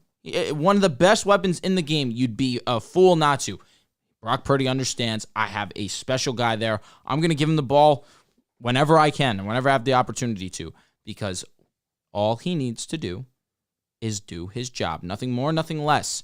You don't need to try and be Superman every single play, trying to make throws down the field. If they're open, you make them. We've seen them to George Kittle, occasionally to Ayuk, where it seems like more Ayuk is in the tear. No, Brandon Ayuk has been different this season. He's been on a tear. His route running is unbelievable. His speed is great. He's more physical than what people want to give him credit for as well. And his hands have been, for sure, what it seems like. That last drive, I believe that he had 4 catches to get them into field goal range. 9-1-1 and a touchdown. Yeah, Ayuk has been special. But what Brock Purdy has done is simple. His job. And that's all you can ask for a guy that is not this backup. He was the backup to the backup. So it's nothing but credit to what Brock Purdy's pulling up similar stats to what Jimmy G was on a game-to-game basis. And we're talking about Jimmy G, who we're giving a lot of credit. When he was playing, he was statistically a top 15 guy. So nothing but praise for Brock Purdy to come into a situation like this. You already gave him enough praise for sure. Kyle Shanahan gets a ton of praise for putting Brock Purdy in situations to be successful as well. But I'm okay with him hitting the checkdowns, hitting the easy throws, not trying to overextend himself. Because you're not trying to put your team in a position where now they're trying to make up for your mistakes. We've seen it a little bit from here and there where he tries to make a throw where he probably shouldn't. But he answers. He comes back. He bounces back, and he makes the smart play. He's been making nothing but smart plays. And that's all he needs to do. And the Niners will have success. Nothing but credit to Brock Purdy up until this point, no doubt. Can't ask much more from your Mr. Irrelevant third-string quarterback, 4-0, completing 66% of your passes. And I agree with you, Drew. I think this was his most impressive performance yet, because what we say constantly on the show when we're evaluating quarterbacks, it's sure, you could hit wide-open guys, you can make some good throws, but when things aren't going your way, whether it's an injury, you're playing from behind, you get an unlucky break, a bad call, you throw an interception, whatever it might be, how do you bounce back and how do you overcome? Now, I'm not saying that puts Brock Purdy into this superstar franchise quarterback level guy, but the fact that he's able to show these flashes just 4 games into his career, it's impressive, right? And especially for Kyle Shanahan's system. I know we kind of talked about system quarterbacks before, but like we've seen it this year when guys who have been written off or is a scrub or whatever, like Geno, Jared Goff, Brissett had a good stretch, Darnold now, and Brock Purdy, you have these guys who were really counted out, and no one thought that these teams and these players could do anything possible. Now you saw the Panthers obviously lost, but they were winning that game for a decent amount of time. Brissett was putting up better numbers than Deshaun coming in. Obviously, Deshaun's the better guy. But with that being said, Brock Purdy is what Shanahan wanted, right? If you go back to that 2021 draft class, they drafted Trey Lance number 3 overall, but the weeks prior, a month prior, the rumor was Mac Jones to the San Francisco 49ers. That was the guy Kyle Shanahan wanted. He wanted Mac Jones because he knew he could run this offense. He didn't want a guy that could go out there, do too much athletically, and try to make all these big plays, which is ironic because that's kind of what Trey Lance is, right? He's this big athletic freak with a huge arm who's mobile and can make basically every throw on the football field. But his biggest question, and you know what still his question is he going to be able to consistently run this offense, be accurate, and get the ball into the playmaker's hands? That's what Brock Purdy does. And the only reason why Mac Jones wasn't selected number 3 overall was because Kyle Shanahan, the Niners, had all this backlash. You had media backlash, fan backlash, and I think in the room as well, in the 49ers front office, are they going to sit there and say, yeah, we're going to take a guy with maybe a limited ceiling at number 3 overall when you have this guy in Trey Lance, or even, I don't know if Justin Fields is in the conversation, but these two guys who have this insane explosive upside to be, you know, Trade's top 5 type of guy in the NFL. And that's not exactly what Mac Jones wanted. That's not exactly what Mac Jones is, but that's what Kyle Shanahan wanted. Someone who'd be able to stay composed, be able to run this offense, because Mac Jones, coming from Alabama, playing in college football games, playing in the college football national championship, he's someone that the playoffs he's not going to be scared of the bright lights in the playoffs and the Super Bowl and must-win games. Mac Jones has shown that. Even though he only started 1 year at Alabama, going into that season, his job wasn't secure. They had Bryce Young. He was a 5-star recruit coming into Alabama, a freshman. All of the Bama fans, everyone wanted to see Bryce Young play. Mac Jones ended up winning the job. He goes on. If it wasn't for Smitty having an insane season, he's probably the Heisman winner that year. Obviously, they go on win the chip.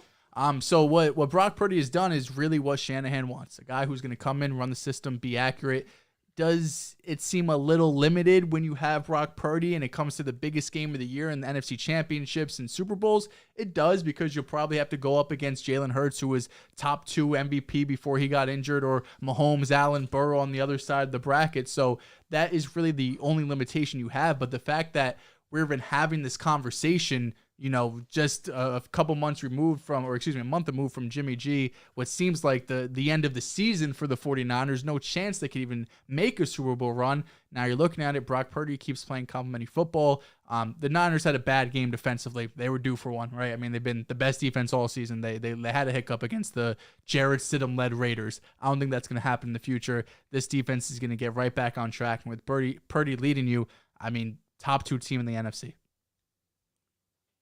My opinion on Brock Purdy has changed when he became the quarterback and Jimmy Garoppolo was ruled out. I didn't think there was a chance that the Niners can now win the NFC. The Niners can win the NFC, and it's because Brock Purdy has been more than serviceable, and he's playing at the same level Jimmy played before he got hurt. No doubt. And Brock Purdy has shown some really good things about him. I think he's a fast processor. He's able to stay in the pocket and to be poised. He has nice athleticism to evade pressure. Brandon Ayuk has high praise for him. He said he's on a different level. Now, I don't think he's quite on that, but I do think for the pick that he was selected at, you look at it and you say, why wasn't he a higher pick? He should have been drafted within the first 3 rounds. Shit, at minimum. He should have been drafted over Malik Willis, over Desmond Ridder, the way he's playing right now. Definitely Malik Willis, Desmond Ridder. Maybe there's a world in this system he's doing something similar. I do think most of the credit, if like 80% of it, goes to Kyle Shanahan. I just think he's that great of a play designer. With Brock Purdy, I didn't think this was his most impressive game. I know the headline is going to show fourth quarter comeback, game-winning drive, and all that stuff, but I think that's just headline. That's not actually going in and watching what happened. In this game, I did see him miss open receivers, wide open receivers. There was like 4 to 5 instances where that was the case in this game, where I feel like he didn't make the correct reads. And in the fourth quarter, these are the fourth quarter drives by the 49ers. An interception that the defense got that put them in field goal position, those were 3 points. The 49ers on the next drive weren't able to move the ball. They settled for a field goal. That tied the game up at 27-27. The next drive, it was a screen pass to Ray McCloud. It went for 42 yards. And Purdy on this drive, when they got into the red zone, he missed Tyler Kroft wide open in the end zone, and they had to settle for a field goal. You make it 30-27. In that same drive, after the Kroft play, he did throw a pass into pressure, almost intercepted. He threw it into coverage. And then the next drive after that, screen pass to CMC for 38 yards. He threw some nice passes to Ayuk, and Jordan Mason had a touchdown run, which made it 34-27. And then in overtime, the Niners get the ball, and they're stopped. Purdy throws a near interception, but it's not that. They're in field goal range because he throws some nice passes to Ayuk. They missed a field goal. The Raiders get the ball. Stidham throws an interception, and it puts the Niners at great field position, and they kick the game-winning field goal. Those drives, to me, Brock Purdy was not the catalyst of it. The 2 biggest plays were a CMC and a Ray McCloud screen that they just took 30 to 40 yards, and then the defense sealing the game and giving them that win. That's why I think the headline of it is a bit misleading. But that being said, Brock Purdy has been really good for the expectation. Right now, he has a 115.3 passer rating, 4-0 record. I thought he's played well against Tampa Bay, Miami, Seattle. Every game this year, he's played good. He's played very good. And for me, this team can win the NFC. I think if they match up with Philadelphia, they can beat them. They can beat any team, I think, in the NFC. This team should be the favorite, in my opinion. I do like Philadelphia a lot, but something about Philadelphia, something about Nick Sirianni, I'm not fully buying into right now. And I just like Kyle Shanahan. I feel like every single year he's been able to get the most out of his rosters. And with Brock Purdy, there is more athleticism there. So it's not like Jimmy G, who's a statue in the pocket. Purdy can move a little bit, and I think that opens up the offense a little bit more, and it gives the ability of the offense to now extends more plays. Deebo Samuel is getting healthy, so the misdirection stuff that they have with Deebo and CMC is just going to get much more better. So this team is legit, and Brock Purdy is playing at a level where, yeah, you know, you can win with this. I'm with you can there. Definitely win. I'm with with you this. there. 4-0 without Deebo. It's pretty insane. Ayuk has stepped it up. And George Kittle, too, an unsung hero in this as well. The connection that Purdy and Kittle share is ridiculous. Enough to win me a fantasy championship as well. Just to throw that in there. Little flex. Just to throw that in there. Shout out Kittle. Yeah, because he was quiet to start the season. Very, very quiet. Dude, Kittle really has come picked up. alive. Yeah, I mean, you see that frequently with, you know, young quarterbacks favored in tight end. Rightfully so, and especially you utilize it when you have a premier guy in George Kittle. That's all he's done. He's utilized the talent around him, and he hasn't tried to play superhero ball. You can't ask for anything more out of a guy who's the last pick in the draft. He did in a play versus the Raiders. He tried to throw to Kittle across his body, got intercepted. You know, he's tried to make some of these plays. It just hasn't come back to get him. But I think the problems that you had with Jimmy G. I'm here not nitpicking a guy who just comes in third string and is winning ball games. That's it. God forbid. I think with Brock Purdy, the issues that you saw with Jimmy G will eventually pop up. It's No just doubt. whether or not the defense can overcome that and these skill position players. No doubt. I don't Listen, think no one's gonna sit I here don't- and tell you that this guy Brock Purdy is the next Tom franchise. Brady, a late draft wonder. But the question right now is out there of whether or not this now creates a controversy for Trey Lance. Yeah, I think without a doubt, you go into next season, there's a quarterback battle at the minimum. Yeah, I think Trey Trey Lance still should the be guy. winning. Trey Lance should have that spot secured.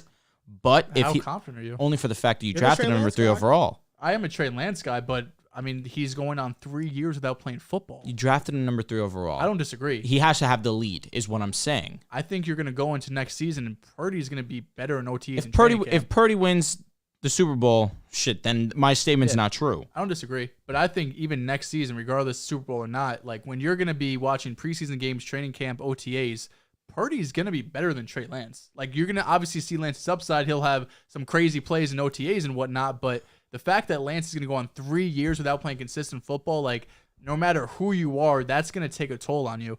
And it just hit me. Go ahead. I don't think there's going to be a quarterback battle. I think it's Trey Lance's job. Purdy's just the backup. Yeah, he is the backup, and that's what I think he is. You know, Brock Purdy's is a good backup quarterback. I look at the Niners. They were willing to just say bye to Jimmy G because of Trey Lance because they wanted him to be the quarterback. There was nothing in the trade market for him, which is why they stuck with Jimmy G, and it was a good decision. But Trey Lance in his rookie season in 2 games, 603 yards, 5 touchdowns to 2 interceptions, 97 passer rating. His accuracy, he did struggle with. No, that's what I'm saying. I'm stunned. He completed 58% of his passes, but I think this just goes to show, I mean, there's a common theme here. I mean, Brock Purdy, Trey Lance, Jimmy Garoppolo, CJ Beathard, Nick Mullins. Kyle Shanahan gets the best out of Have quarterbacks. a ton of success. And it Trey just- Lance, I think he'll get the best out of He him. should be ready week 1. It just hit me, that throw that you're talking about to Kittle. I'll be honest, I think Kittle wasn't aggressive enough. I didn't hate the decision. I think, yes, it was a little bit of a lob. I would have liked him to throw it more uphill as opposed to leading him to the sideline. But It was underthrown. it was a poor placement of the ball. I think Kittle, for definitely having the size advantage, should have went up more aggressively than he did. I think he wasn't expecting the DB to be there. He more so played the ball as opposed to trying to get position and trying to make a grab. But I can level with you there too. Wasn't the greatest decision, but I think Kittle still could have came down with it. Just when I was watching the All-22 angle, I say that because He went for the ball, Kittle. That's what I'm saying. Kittle went for the ball, yeah. That's what, no, for sure is what I'm saying. As opposed to trying to big up the guy and not try to. He Try to didn't play defense Yeah, there he is what you're didn't. saying? Yes, just on the All-22 angle, Kittle is running up the field. That pass should be leading him. 100% agreed. That's why it was a poor pass, and it was something that I'm gonna be honest. It's not that I didn't like the pass. I liked it. Yeah. I like the aggressiveness sure. because you need that. So I like the aggressiveness by him. But yeah, I mean, in the playoffs, they're so tight, I'm with you. and those 4 to 5 throws that you miss throughout the game are gonna come back, and you're gonna say this is why we weren't able to get this certain drive going, this and that. That's why with Brock Purdy, I do think these issues will potentially show up. Okay. Especially if they face an opponent that's able to stop a lot of the misdirection stuff. But Purdy has shown a lot of traits that he was misjudged in the draft process, and he should have definitely went higher. And I think he's an example of a quarterback that knows how to play the position, but is not looked at a prospect that is deemed draftable because the traits and the upside is not there. Me personally, I'd rather draft a guy in the 4th round that can play quarterback versus somebody who has all these traits but can't play quarterback. I think that more times than not we've seen that has worked out. And examples of that have been Kirk Cousins when he was a late round pick, Kyle Shanahan in Washington, RG3, Kirk Cousins. There was that dynamic there.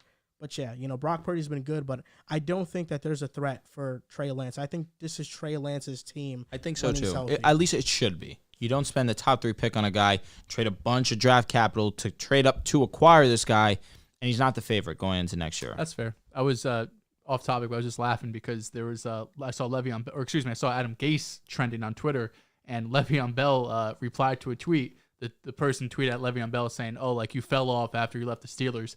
He said, "I was a better player. It's just hard to get off when Adam Gase is your coach calling dives on 1st and 10." I mean, that's not cap. Nah, he's right.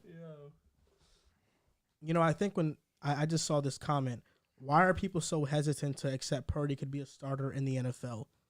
I don't think it's hesitation. I think it's just an analysis of the situation. I remember when Kyle Allen was with the Panthers when Cam Newton was out, and he went on a stretch where he was 5-0, and he played amazing. I mean, these stretches in the NFL happen where quarterbacks that aren't starters play very well. He unseated Cam Newton. Yeah. Like, that's when Cam Newton was not the starter. No, it was Kyle Allen. Sounds like Darnold. He got the talent, man. He got the potential. Oh, God. He got the potential. These quarterbacks, lesser quarterbacks, go into better situations. Brock Purdy is an amazing situation. He is, and probably the best situation you could possibly be in. Yeah, without a doubt, no doubt about it. Donovan Mitchell had 71 points the other night. The Cavs beat the Bulls 145-134. 71, 8 rebounds, 11 assists. 55 of them came in the second half.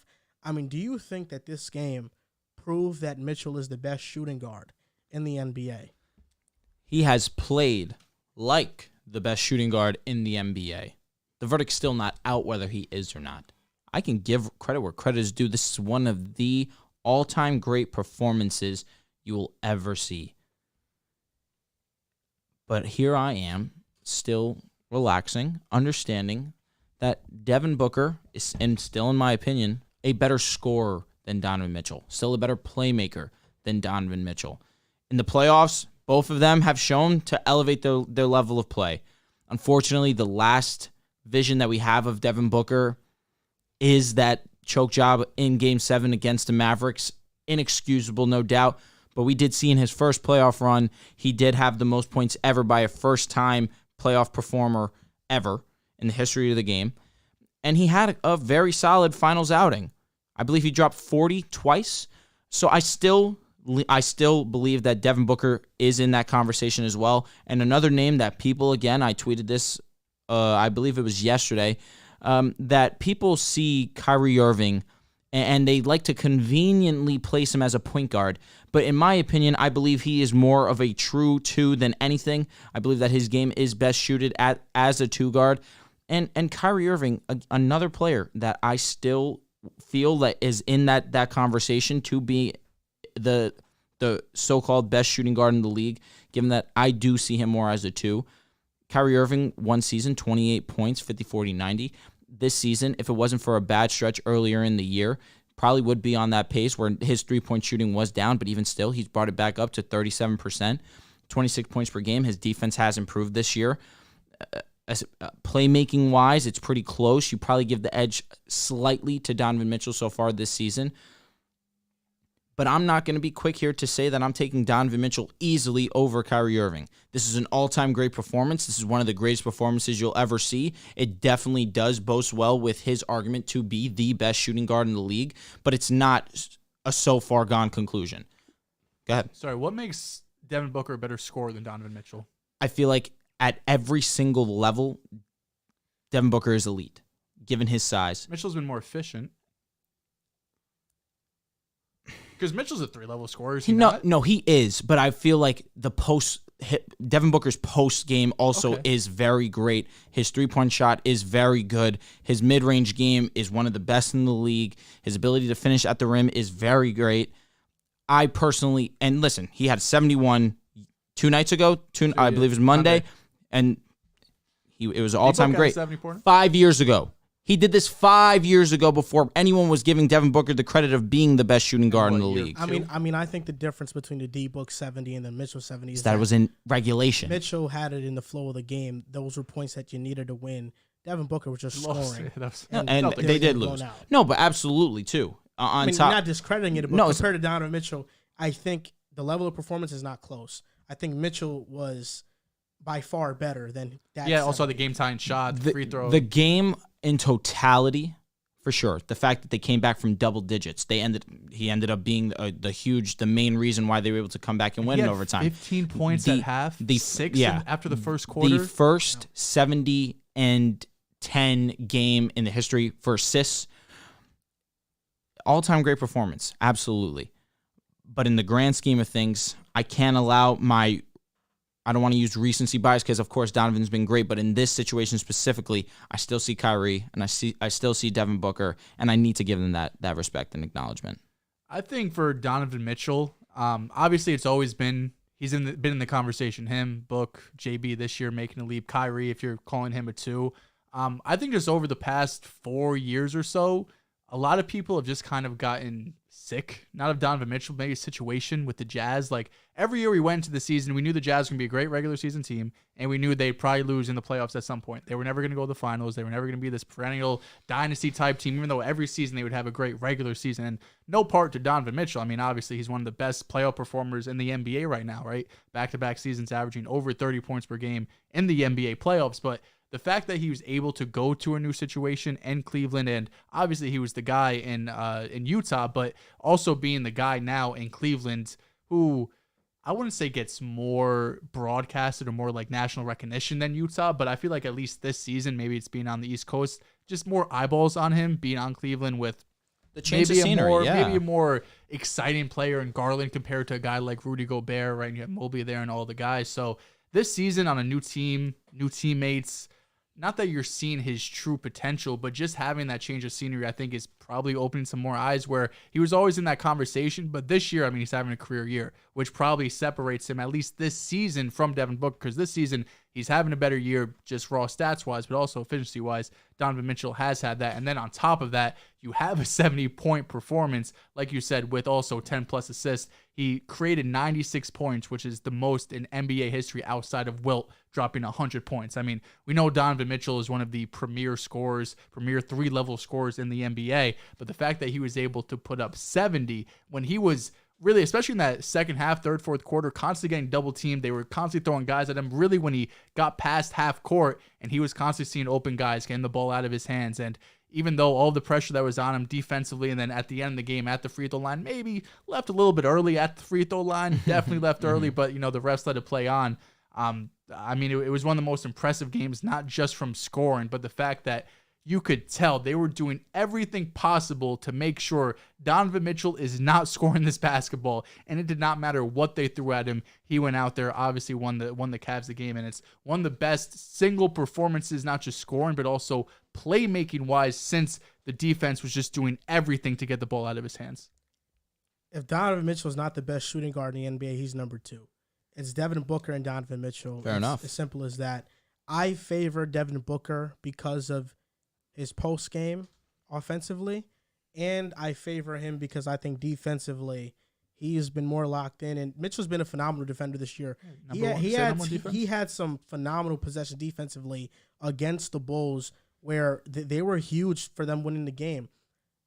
Just to talk about Mitchell's scoring, I mean, the way he's able to get to the basket, his push shot, his decision making when the ball is coming his way, and the decisiveness to just go and drive to the basket. A lot of these buckets were on Alex Caruso, who's one of the better point of attack defenders in the NBA. During regulation, the Mitchell outburst was more so getting to the basket and creating that way. In overtime, there was this 3-point barrage that he had where I think he hit like 2 to 3 threes in overtime. It was unbelievable. And, of course, a free throw to just get the game into overtime. And people have been debating whether that or the Luka one was more impressive. I think this one took more skill. Luka kind of lucked into the ball. It was tipped to him. Shooting in air and making it is insane. No, definitely. It was cool. But the Cavs did something interesting on this play where Evan Mobley shielded off Vucevic, which created an open lane for Donovan Mitchell to go and get that rebound. And that's something they practiced, and it came up in this game, and they were able to do that.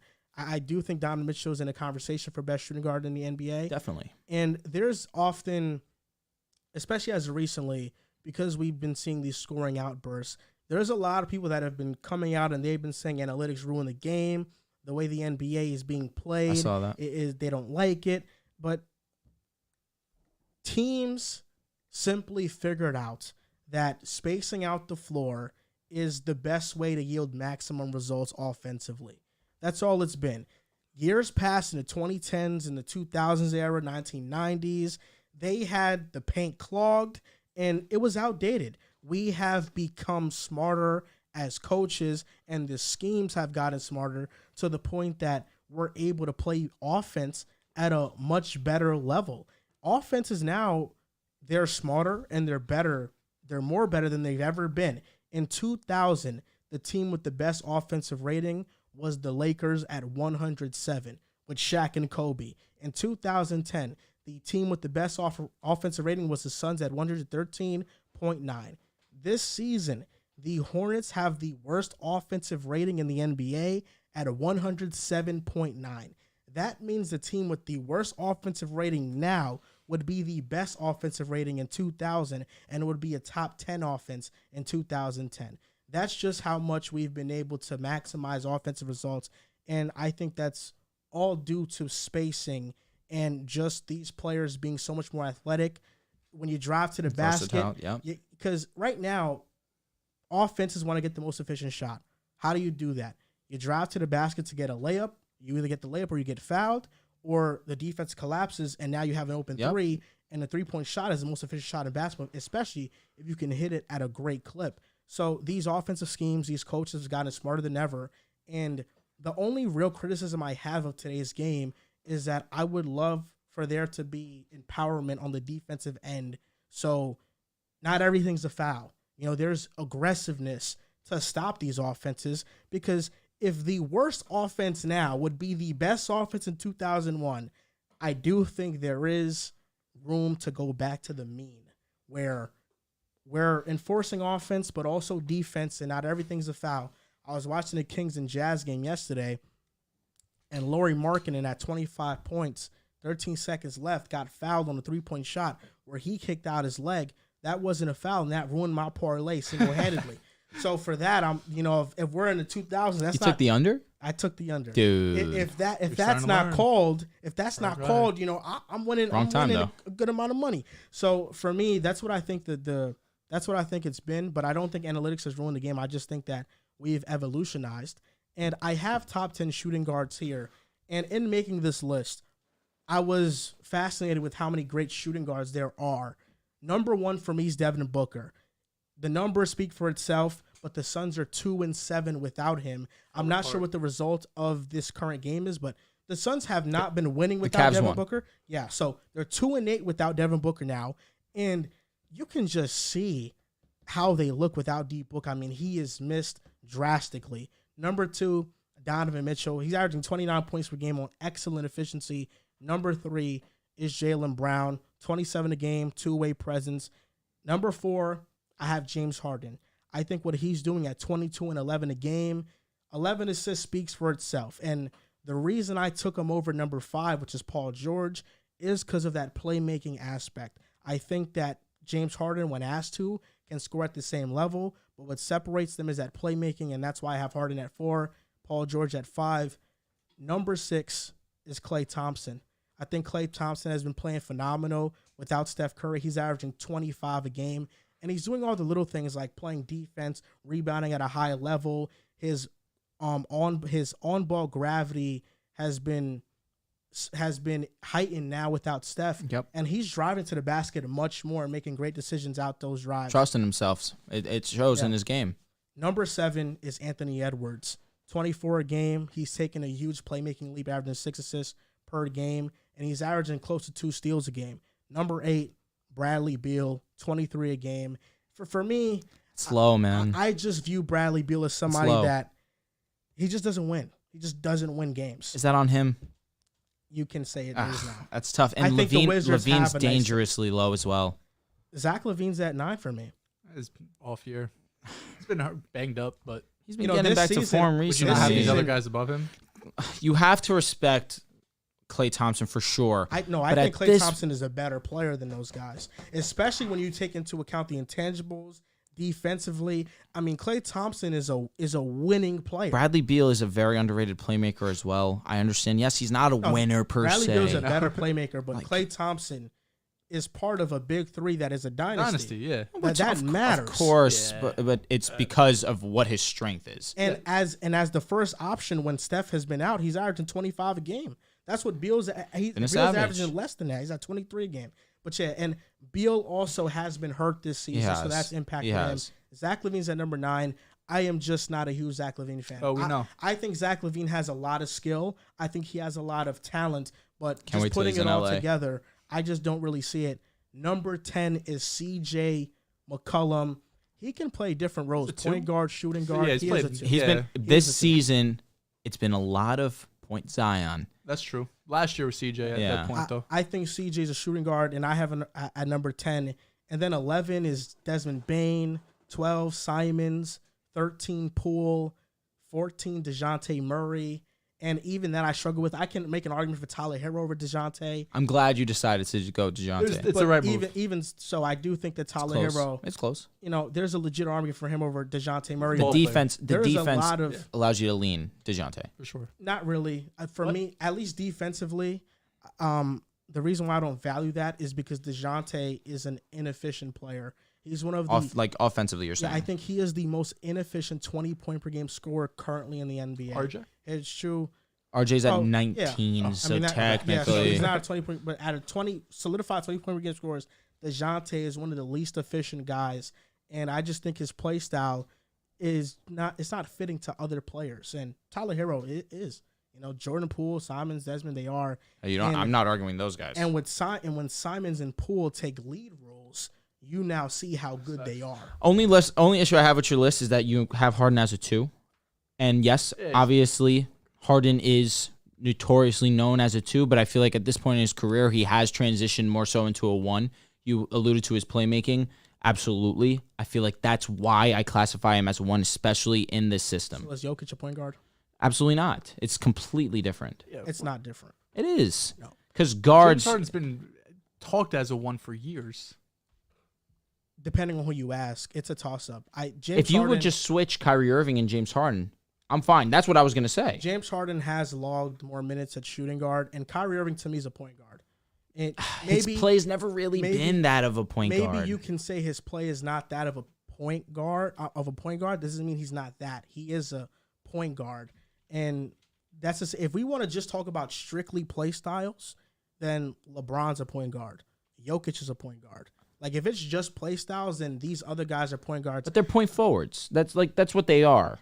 But point forward, you're a point guard. They're forwards. You're a point guard. Jokic is a center, but he's a point center. But they're point guards in their when you're the best player, systems. You're getting the ball, especially in Jokic's case, which is very, very unique because we've almost never seen a player at his size be this great of a passer. I just don't want to get into... I say almost never because obviously Sabonis, Arvidas was amazing passing, but I just not don't as good as get Jokic. into the debate of I'm fine with it. I'm fine. No, I'm fine. Because I'm just saying what I had my gripe with. Yeah, your list is fine. If we really get into like the nitty gritty of things, then, positions are going to get all over the place. I think your list is fine. If I'm just giving my critique, which, hey, you don't need to take at all. I just feel like I see Harden as a 1. I feel like he's been identified as a 1. That's me personally. And similarly, Kyrie, I see him as a 2. If you just were to literally switch them, if you put Kyrie 4, I'm fine with this, especially with the way that Jaylen Brown's been playing.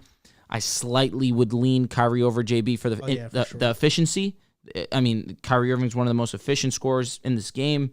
I feel like I would lean Kyrie over JB, but that's it. I feel like you have a fine list given injuries, given up to this point in the season. If Bane would have stayed healthy, I feel like you probably would have had him higher on your list because he was unbelievable. One of the better 3-and-D. He's not a 3-and-D player at this point. He's more than that. Definitely over. Probably the highest I'd put him would probably be 8. Okay, yeah, no, I think he would definitely have cracked your top 10, probably over CJ. I feel like Beal healthy is higher than where he probably is right now. I feel like Levine healthy, more consistent, where we've seen over these last couple of weeks, a little higher on your list for sure. But who's that 7? Anthony. Okay. Edwards. Anthony Edwards. So you think healthy, you would be taking Beal and Levine over Edwards. I think there will be a point where Edwards will surpass, but it's not that time right now. No, we're close. Because listen, if we're saying Beal's not playing winning basketball, I'm not going to go that far and say Anthony Edwards is in that same pass. No. However, he's also just so much younger in his career. Timberwolves are just in such a horrible position right now. They are. It's not his fault though. No. Which is similarly how I feel about Beal. I saw a comment of why Klay is over Anthony Edwards, and it's intangibles. I think people don't look at intangibles enough, and Klay Thompson has them. He's a winning, it's a cliche, but he's a winning player. He is very impactful to winning basketball, and this recent stretch by the Warriors just showcases that. The Warriors right now are on a 5-game win streak. They beat the Hawks 143-141. It's crazy. And had it not been for Mitchell's 71 points, we're talking about Klay Thompson's 54 points. The Warriors are now 20-18, 9th seed in the West. They're 17-2 at home, the best record at home in the NBA. And Klay's stats in his 5-game win streak, 34 games, 60% true shooting. And without Steph, he's averaging 25. I think Klay Thompson is taking his game to another level. I think when asked to step up, he has. I thought that player was going to be Jordan Poole, and Jordan Poole has done it. For sure. But Klay Thompson has done it in different ways. This is from Mathketball on Twitter. He had an amazing Mathketball. I like that. This is from them, and Klay Thompson, his assist percentage went up. He's averaging 8 drives per game. That's up from 57% with Steph, and he's passing on 72% of them. So he's creating a lot of open looks. And during this homestand, his offensive rebound rate is 4.3. Before it was 1.8. His defensive rebound rate was 11.8. Before it was 10.8. So he's rebounding better. He's playmaking better. He's defending better. And he's scoring better and more efficiently. And Klay Thompson has always been this player. It's just been a matter of getting healthy and getting back into a rhythm and taking better shots. And I think Klay Thompson has done all those things, and collectively, he has put himself back into top 6. You can argue maybe even top 5, depending on who you ask. Top shooting guards in the game. He's just that impactful, I think. You just had to trust the process with Klay Thompson. You understand the talent that he has. He was just working back from the 2 worst injuries that you can have in basketball, an ACL and a torn Achilles. Of course, he wasn't going to come back the same player immediately. But you saw it in spurts last season, and this season he started off horrendous, and people were destroying his name. Riv in particular, I hate to talk about him when he's not on the show, but Riv was absolutely crucifying Klay Thompson. But you just had to trust that Klay Thompson was going to get back to Klay Thompson basketball. I'm going to let you slide a little bit. You kind of threw his name in the mud a little bit, only slightly, but you did ultimately respect Klay Thompson for the majority. You took Gary Trent over him. Hey, I'm a Gary Trent guy. All right, I'm a Gary Trent guy. That would you rather? I took nobody over Klay. It was kind of rude. I think there was one guy I took over Klay. I think that was really. Bane. Maybe I have to go back. Hey, I apologize. I like Gary Trent, and he's been playing very well recently. He's a backup. He's a 6-man. Backup? He's not a backup. Bro. He's not a backup. He's a 6-man. He's a 6-man. And he's been playing very well these last couple of weeks, but not on this level. Absolutely not. And Klay Thompson, in the absence of Steph Curry, has absolutely answered the call and stepped up when he's needed to. And this performance is an absolute emphasis on that. In a situation where you need a player to be big, you can rely on Klay Thompson. And I'm just happy for him, the human being, someone who had to face as much adversity as he has. And you saw that it was really taking a toll on him, that he was he's very open about, I feel like, how it comes across in the presser. He was like, come on, man, like you're going to count me out. You're not even going to give me a chance. It's been 2 years. I'm trying to work back. At least let me work back. Give me some time to be great. And I'm glad that he has absolutely answered all the calls and silenced a lot of doubters. Klay Thompson is who he's always been, a baller. For sure. And to talk about Gary Trent, he's actually has 22 right now in overtime against the Bucks. He's a savage. We haven't talked about the Bucks. They've been pretty sketchy over these last couple really of weeks. Have. But also, you were talking about Klay Thompson, his playmaking ability and passing. I have from B-Ball Index, great follow on Twitter. He is one of the most, in terms of pass creation quality, he is among the league leaders in it this season. I mean, he's really, obviously known for his three-point ability and scoring ability, but passing this season has definitely, been one of his strengths as well. As you mentioned it, these last 3 games, Klay's dropped 54 points with 10 threes, 31 points with 7 threes, 29 points with 5 threes, and he's the only player this season to have multiple games of 10-plus 3-point shots. 10 3-point makes. And to talk about the Warriors, because, obviously Klay had the would you rather early in the year. Got a little disrespectful, a little spicy, some of the names that were thrown out there. Looking back on it now, probably wasn't the best decision at the time. I don't remember off the top of my head the players I took, but I do remember it being pretty disrespectful and having to think about it. But just talk about the Warriors because, Klay being back is obviously a big part of this in terms of being back, like getting back to his original play, and not having Steph here is, one of the more surprising things because when this first came out, we're talking about it. They're cooked. It's over, right? They're going to be hopefully a play-in team. Maybe they could, sneak in, win a game. Now they're a tough opponent, but this 5-game winning streak, it's impressive, but it's also been at home, right? And we know the home road splits are just insane. They're the best team at home and the worst team on the road. They do have wins over the Grizzlies and Jazz where you could look at and be like, okay, those are 2 teams that you'll see in the playoffs most likely, maybe not matched up, but playoff teams.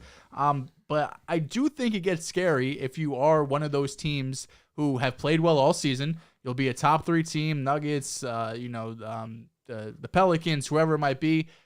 And you have to play the Warriors in the first round, who, while this win streak is impressive at home, they're eventually going to have to go on the road where they are the worst team. So it's going to even out at some point. But it's going to be very scary for a team who's played well all season, but then you run into this Warriors dynasty, which I'm assuming Steph Curry is going to be healthy. You have Klay Thompson playing at his Klay Thompson-like level. Jordan Poole, who has been great this season for the most part, streaky, but overall played really well. Kuminga's stepped up as well. Kevon Looney had a game-winning shot. He's had his best season so far this year. And you're going to go up against this team who's going to be one of the best coach teams in the league, team with the most history in the league in terms of experience in the playoffs, dynasty. Obviously, the Warriors have everything going for them in terms of we've done this, we've been here, we've had this experience, whether we're up in the series, down the series, have to come back from a game, leading the game. It's going to be very scary for a team to have to go to Golden State and going to have to win at least one of those games, right? And the Warriors, the way they're playing this season, it's going to be hard. And we might have overlooked them after this Klay injury. We might have, took it a little bit. Steph injury, might have taken it and said, kind of counted them out. But at the end of the day, if they're going to win 90% of their home games, they're going to be in the playoffs without a doubt. They might even be able to sneak into that 6 seed and get into the playoff lock. But Steph Curry, I believe, is expected back around January 13th. That's 10 days from now, 9 days from now. So the fact that they were able to survive this stretch and, not have a 2-10 record over this or whatever it might be, however many games he was out, very impressive. That just goes to show, I mean, the culture they've built there and Steve Kerr's coaching ability and having guys step up when it's really been needed. It's been really impressive to see. The Warriors have 2 home games after tonight. They face the Magic and Suns. That's very winnable. And then they go on a 5-game road trip, which starts January 13th. I don't think the Warriors are a team that just can sneak in to the playoffs. I think they can still get a top seed in the playoffs. The West is very, very tight. No, it's possible, especially with Curry coming back. If you look at the West right now, I mean, for one, we're not even at All-Star break.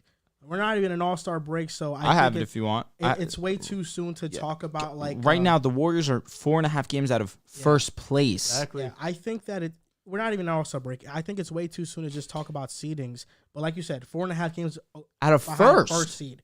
The West is extremely close this season. My Lakers are only 8. Yeah, and we just saw what the Nets did. The Nets went on a 12-game win streak. Nets just lost to the Bulls. They did. Yeah. Frauds. Keep the energy. Frauds. They lost to OKC by 50. Don't move me. You lost to the fucking Bulls. Trash. OKC They're clears. better than OKC. No, you lost to OKC OKC. clears. You lost to without OKC without SGA. Don't move me. Y'all lost to the Bulls. Giddy had Those team, that team is 25, fucking bro. trash. Giddy had 25. Yo, y'all lost to 5 the and Bulls. 5. That's hilarious. Kobe White had a chase down block on KD. You should be embarrassed. It's funny. It's gonna be funny when January 12th the Nets beat the Celtics And they're the we first seed in the smoke, East. y'all. Can't wait to go to the game. And they're going to be the first seed in the Eastern Conference. What are we going to do to y'all?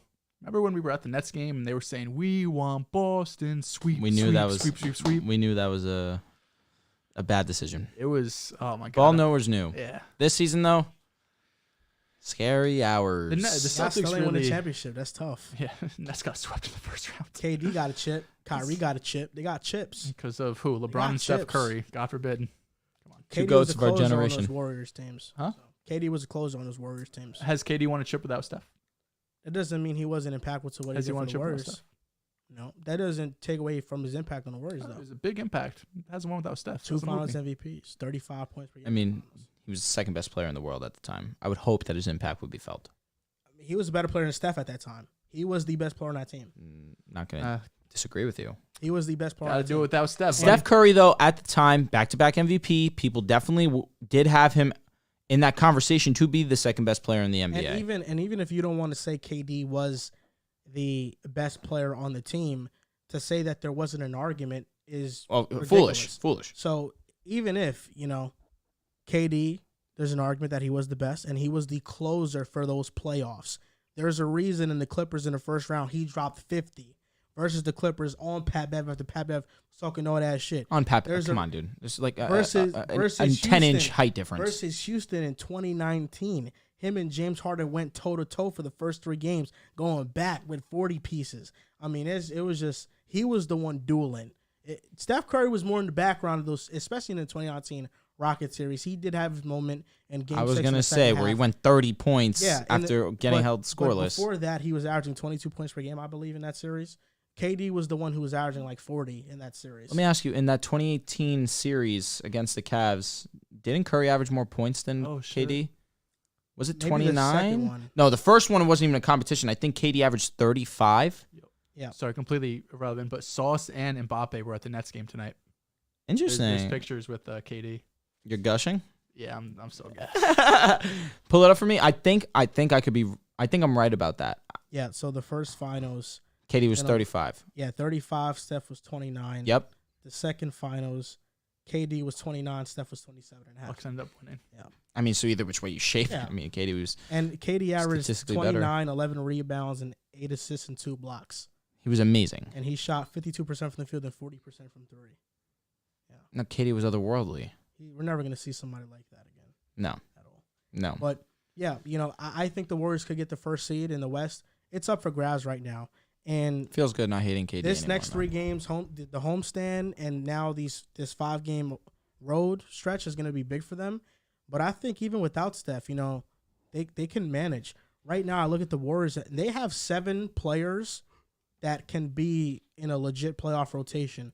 Of course, it's Steph, Klay, Wiggins, Dre, Looney, the best 5-man lineup when they're out there. And then off the bench, Jordan Poole, I have to mention him. And the 7th player is DiVincenzo. I do think with Kuminga and Moody and Anthony Lamb, Jermichael Green, the trust isn't fully there. But with these 7 players, I think the trust is fully there for them to have impactful playoff minutes. It's just going to be who fills out those probably next 2 Vincenzo's been roles. spectacular these last couple of games. Yeah, he's been big amazing. stops defensively, big shots on offense. Just a great guy, man. Fucking Villanova. Dude really waved Hate off that man. Klay. Be honest. Hate that man.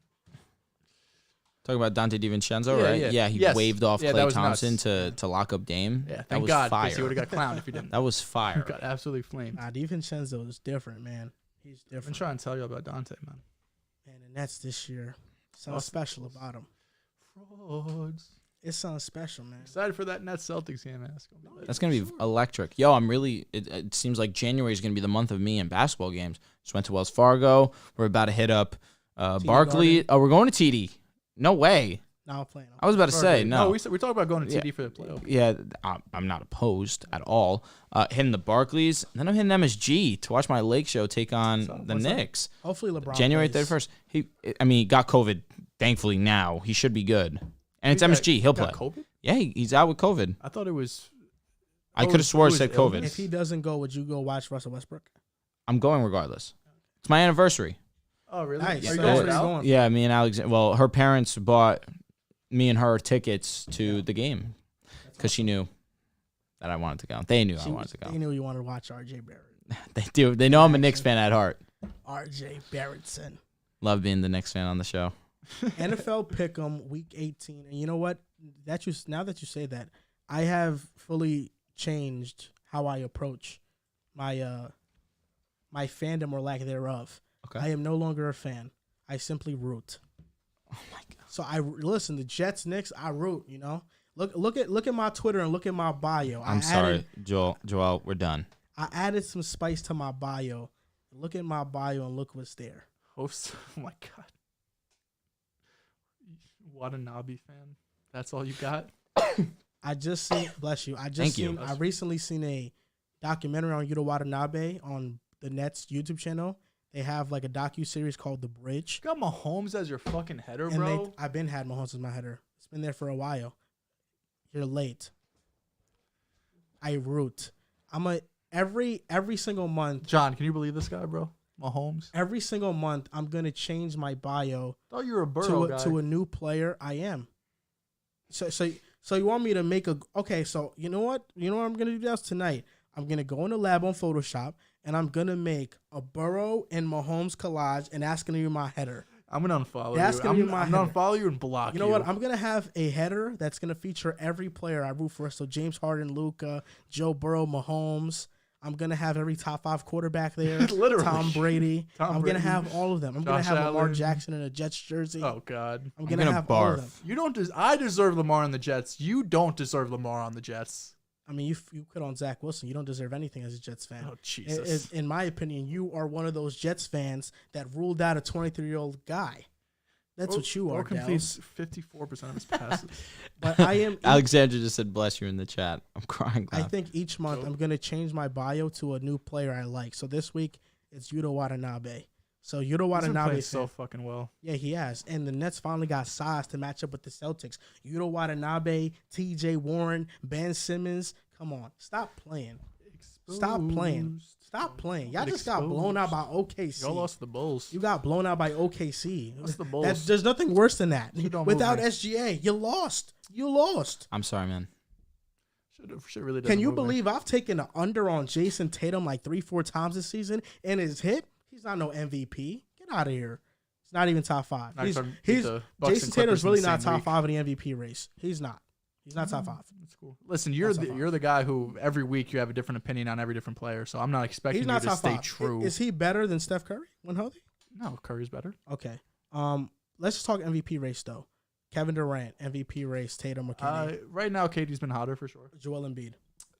That's a conversation. It is. That's Joel Embiid's averaging. He's 34. averaging the most points in the NBA. Absolutely, for he's sure. been amazing. Luka. It's a conversation. Luka, No, sure. They're Luka the got 4. it. You know the Mavs are the 4 seed now. No, yeah, exactly. I said Luka They got got it. Okay. Okay, I was second. Jokic. Yeah, Jokic got it. Giannis. The Bucks have been sliding He's recently. been Not eating. that Giannis isn't great, He had but 2 40-point.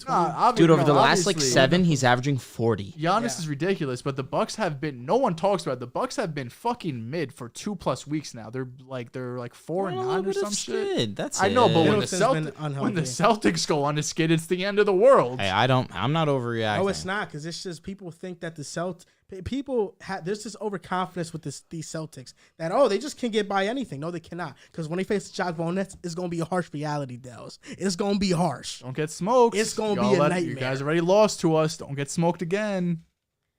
You know, I know that you're a fan, short for fanatic, right? So you're gonna root for your Celtics. There's no doubt. doubt. But me, I root. So the analysis is there. Oh, I know. Yeah, you have no spine. So the Brooklyn Nets, baby, the Brooklyn Nets. I was about to wear my James Harden Nets jersey today on the show. I'm gonna save it for the basketball episode. I wore my James Harden Fear the Beer shirt.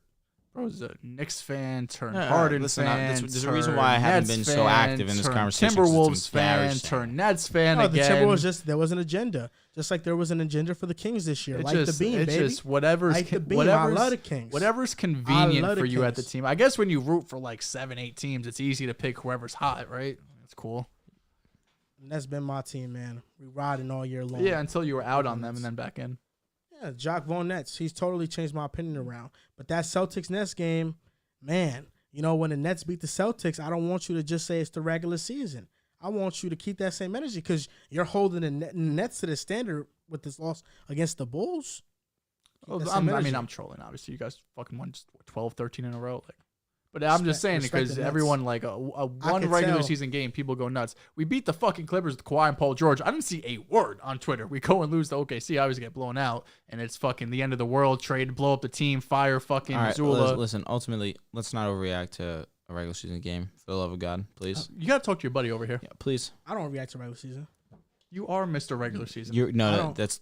That's you. I didn't call the Celtics. Actually, someone just commented, Joel is turning into Riv on steroids.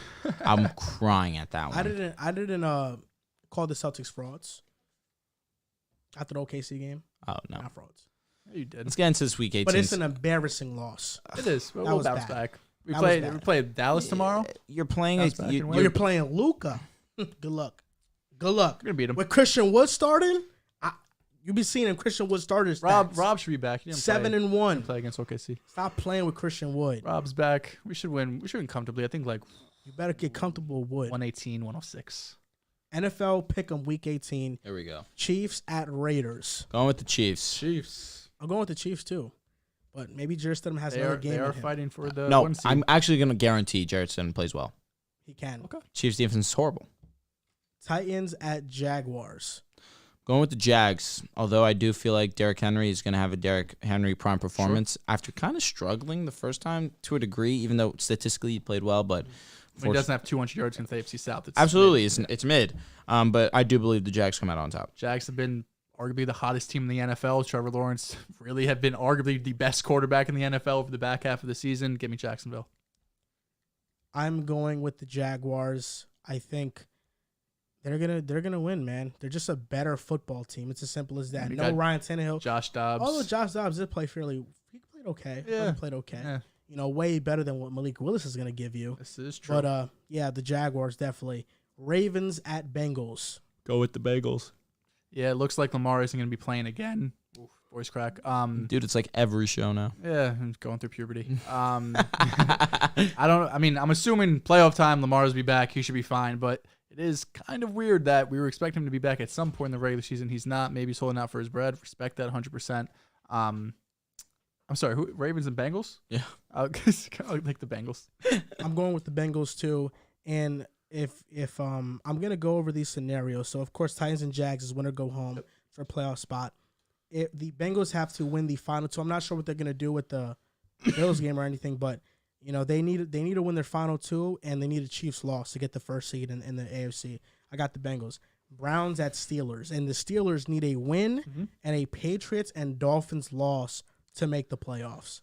I'm going with the Steelers. I think it's going to be a really good game, but ultimately, the Steelers have been hot. Steelers have been hot 4 in a row, or 4 of their last 5, according to Mr. Steelers fan. 5 of the last 6, excuse me. They've been hot. Kenny Pickett is clutch. George Pickens getting involved. Deontay, give me the Steelers. Najee Harris, Najee for sure, has been great. Najee's been good. Yeah. Since the bye, he's been one of the best running backs in the league, truthfully. I'm going with the Steelers. I think Kenny Pickett is going to be clutch once again.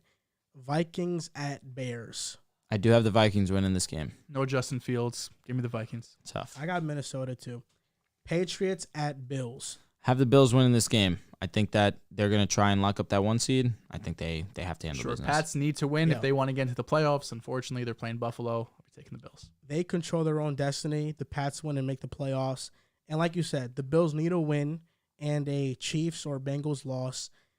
It's going to be really weird to see what goes on with the final game because most of what's relying on the Bengals and Bills getting the first seed is that their matchup, win against each other. It might just be called a tie. If it is a tie, then it's Chiefs 1 seed and everybody else. Because you can't play the when are you going to play the game? No, absolutely not. Listen, I'm fine with it getting postponed and not rescheduled at all. I have to sneeze. God bless. Bless you. Thank you. So I think if I don't know if we're gonna have an announcement on this anytime soon, but if it does get announced as a tie, the Bills might not have anything to play for. They rest their starters.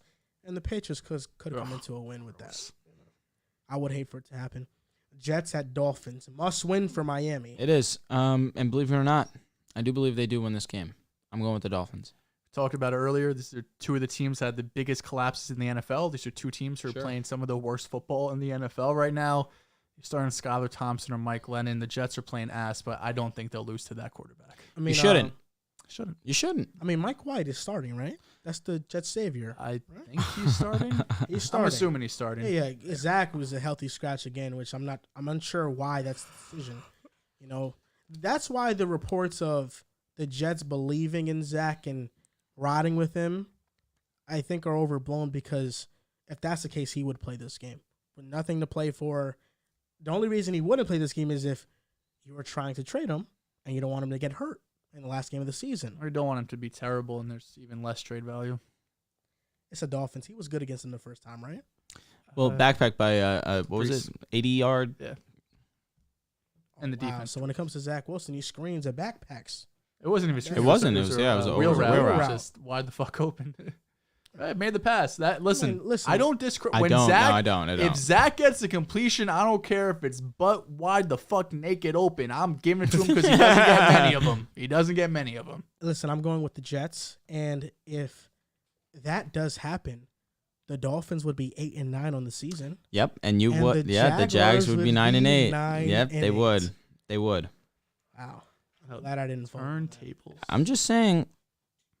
Did you guys? This being a cancel? possible. So what happens No. What happens if it's a tie? Zero. That's it. No money. Shall we do a tiebreaker, like conference wins and stuff like what the NFL does? No, I think. Or who's had the better record in the last 6 games? Bastard. Buccaneers at Whose Falcons. franchise quarterback has played more games this season? That's what we should do, right? You're saying the Trevor's played every game. yeah. Oh, you're saying The like Dolphins the have a opposite, franchise basically. quarterback? They do. They have a quarterback. I don't know about franchise guy. The Jaguars definitely do, though. Buccaneers at Falcons. I'm sorry. What was that? For sure. And the Dolphins don't have They one. have their guy. Yeah. Oh, okay, sweet. Their guy or the franchise guy? What do you think? Yeah. They have their guy. The guy for the moment. Right? I don't think he's as locked as Trevor Lawrence. Oh no, I mean Trevor Lawrence got picked number 1 overall. I'd hope so. I mean 206. 5 Sorry. difference. Buccaneers at Falcons. Buccaneers. Are they sitting anyone? Do we know? They're clinched. The clinched. Buccaneers clinched. I don't know if they're I sitting don't. anyone. I know they can't move. I don't think anyone in the No, standings. they're locked at 4. I got the Falcons. But I in do this feel one. like I remember seeing some bull said he was going to start his guys, but I'll take the Bucks. Shit, they need to start so they can get rolling. Facts. Get rolling. Next one, the Panthers at Saints. I'm going with the Panthers. Even though the Saints have been playing relatively well, I think the Panthers want to go out with some dignity. Let's see how this lockdown defense plays Mr. Sam Darnold. Also, the Saints don't have their first-round pick, so they have something to play for. Give me the Saints.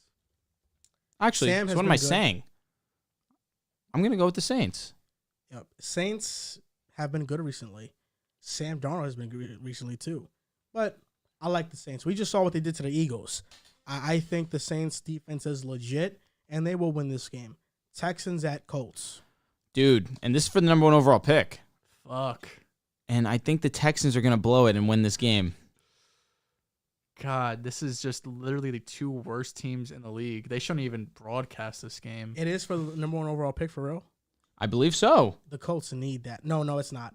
The Colts are at 4-11-1. The Texans at 2-13-1. But who's the 2 pick? The Bears? It most likely is. Because I think if the Texans win, they could fall out of the 1 pick. Yeah. All right. Yeah.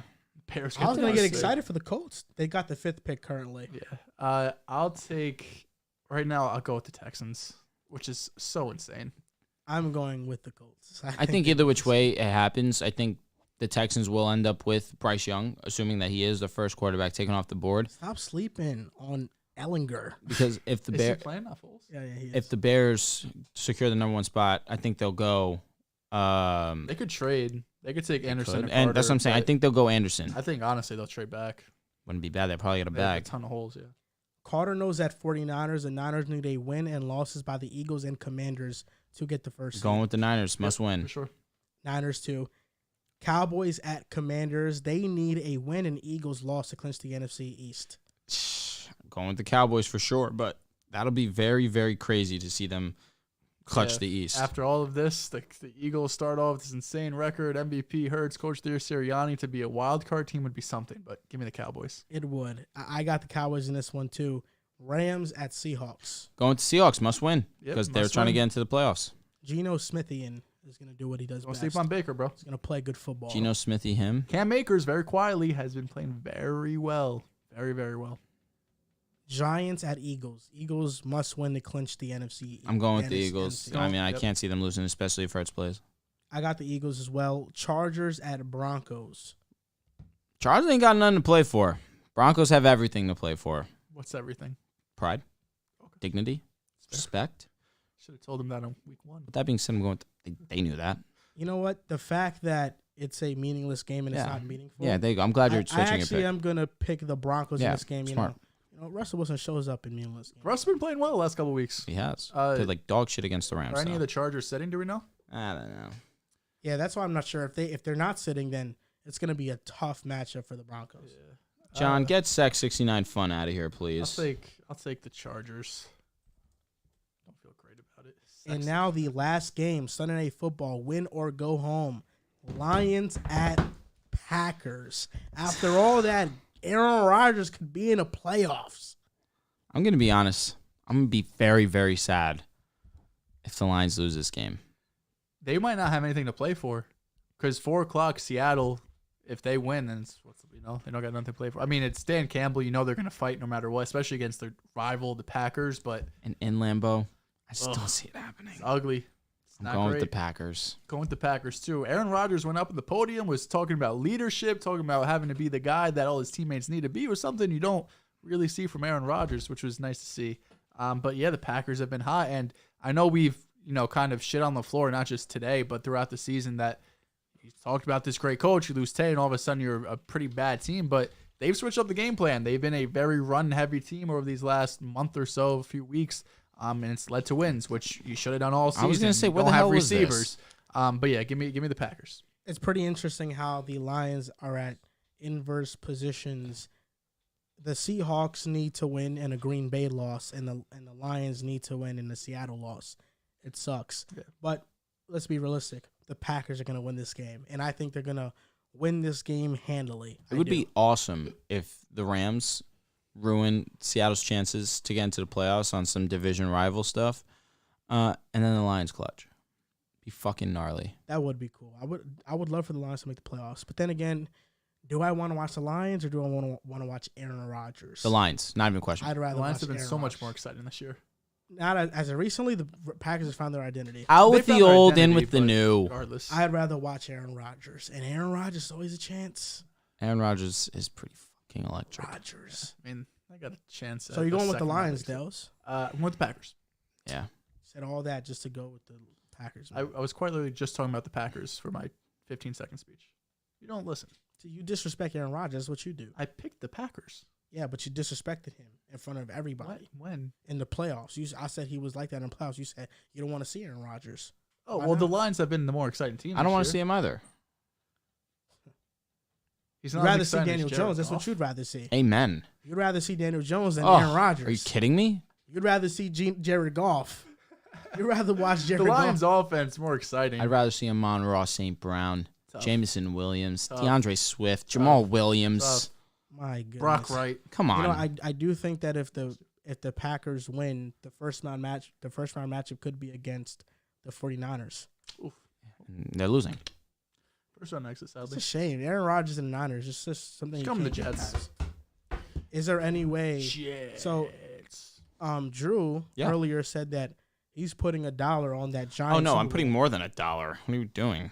So, That's a lock. question for you then: Okay. would you even consider putting anything on Green Bay? No. But the Giants, yes. The Packers probably the Giants are plus 4,000. Packers probably plus 2,000 or something. Yeah. I would. The Packers. I don't No, know. maybe more because they're not a lock for the playoffs. Their defense true, is yeah. elite. Whose? Defense is elite. The Packers. Suddenly. It's always been a great pass defense all year. Not moved. And Jair, he's different. Now he's in his bag now after that Jetta's Nah, masterclass. he got it. Even though there was hella help, of course, but he talked the talk and shit, clamped him. Grittying is nuts. That was ridiculous because it was a flag. This guy said, Moran, you're the same guy that said Aaron Rodgers needs to be benched. Yes. When we're talking about Jordan Love. When they didn't have a chance at the playoffs anymore, obviously that's not the case anymore. Aaron Rodgers starts. But if Jordan Love comes in, we might see a miraculous run by a backup quarterback. We won't. Not the first time that's happened in history. Nope. But that's going to do it for episode 243 of the Pick Aside Podcast. You can follow us on Twitter at Pick Aside Pod, on Instagram and TikTok at Pick Aside Podcast. Thank you guys for watching, and we'll see you next time.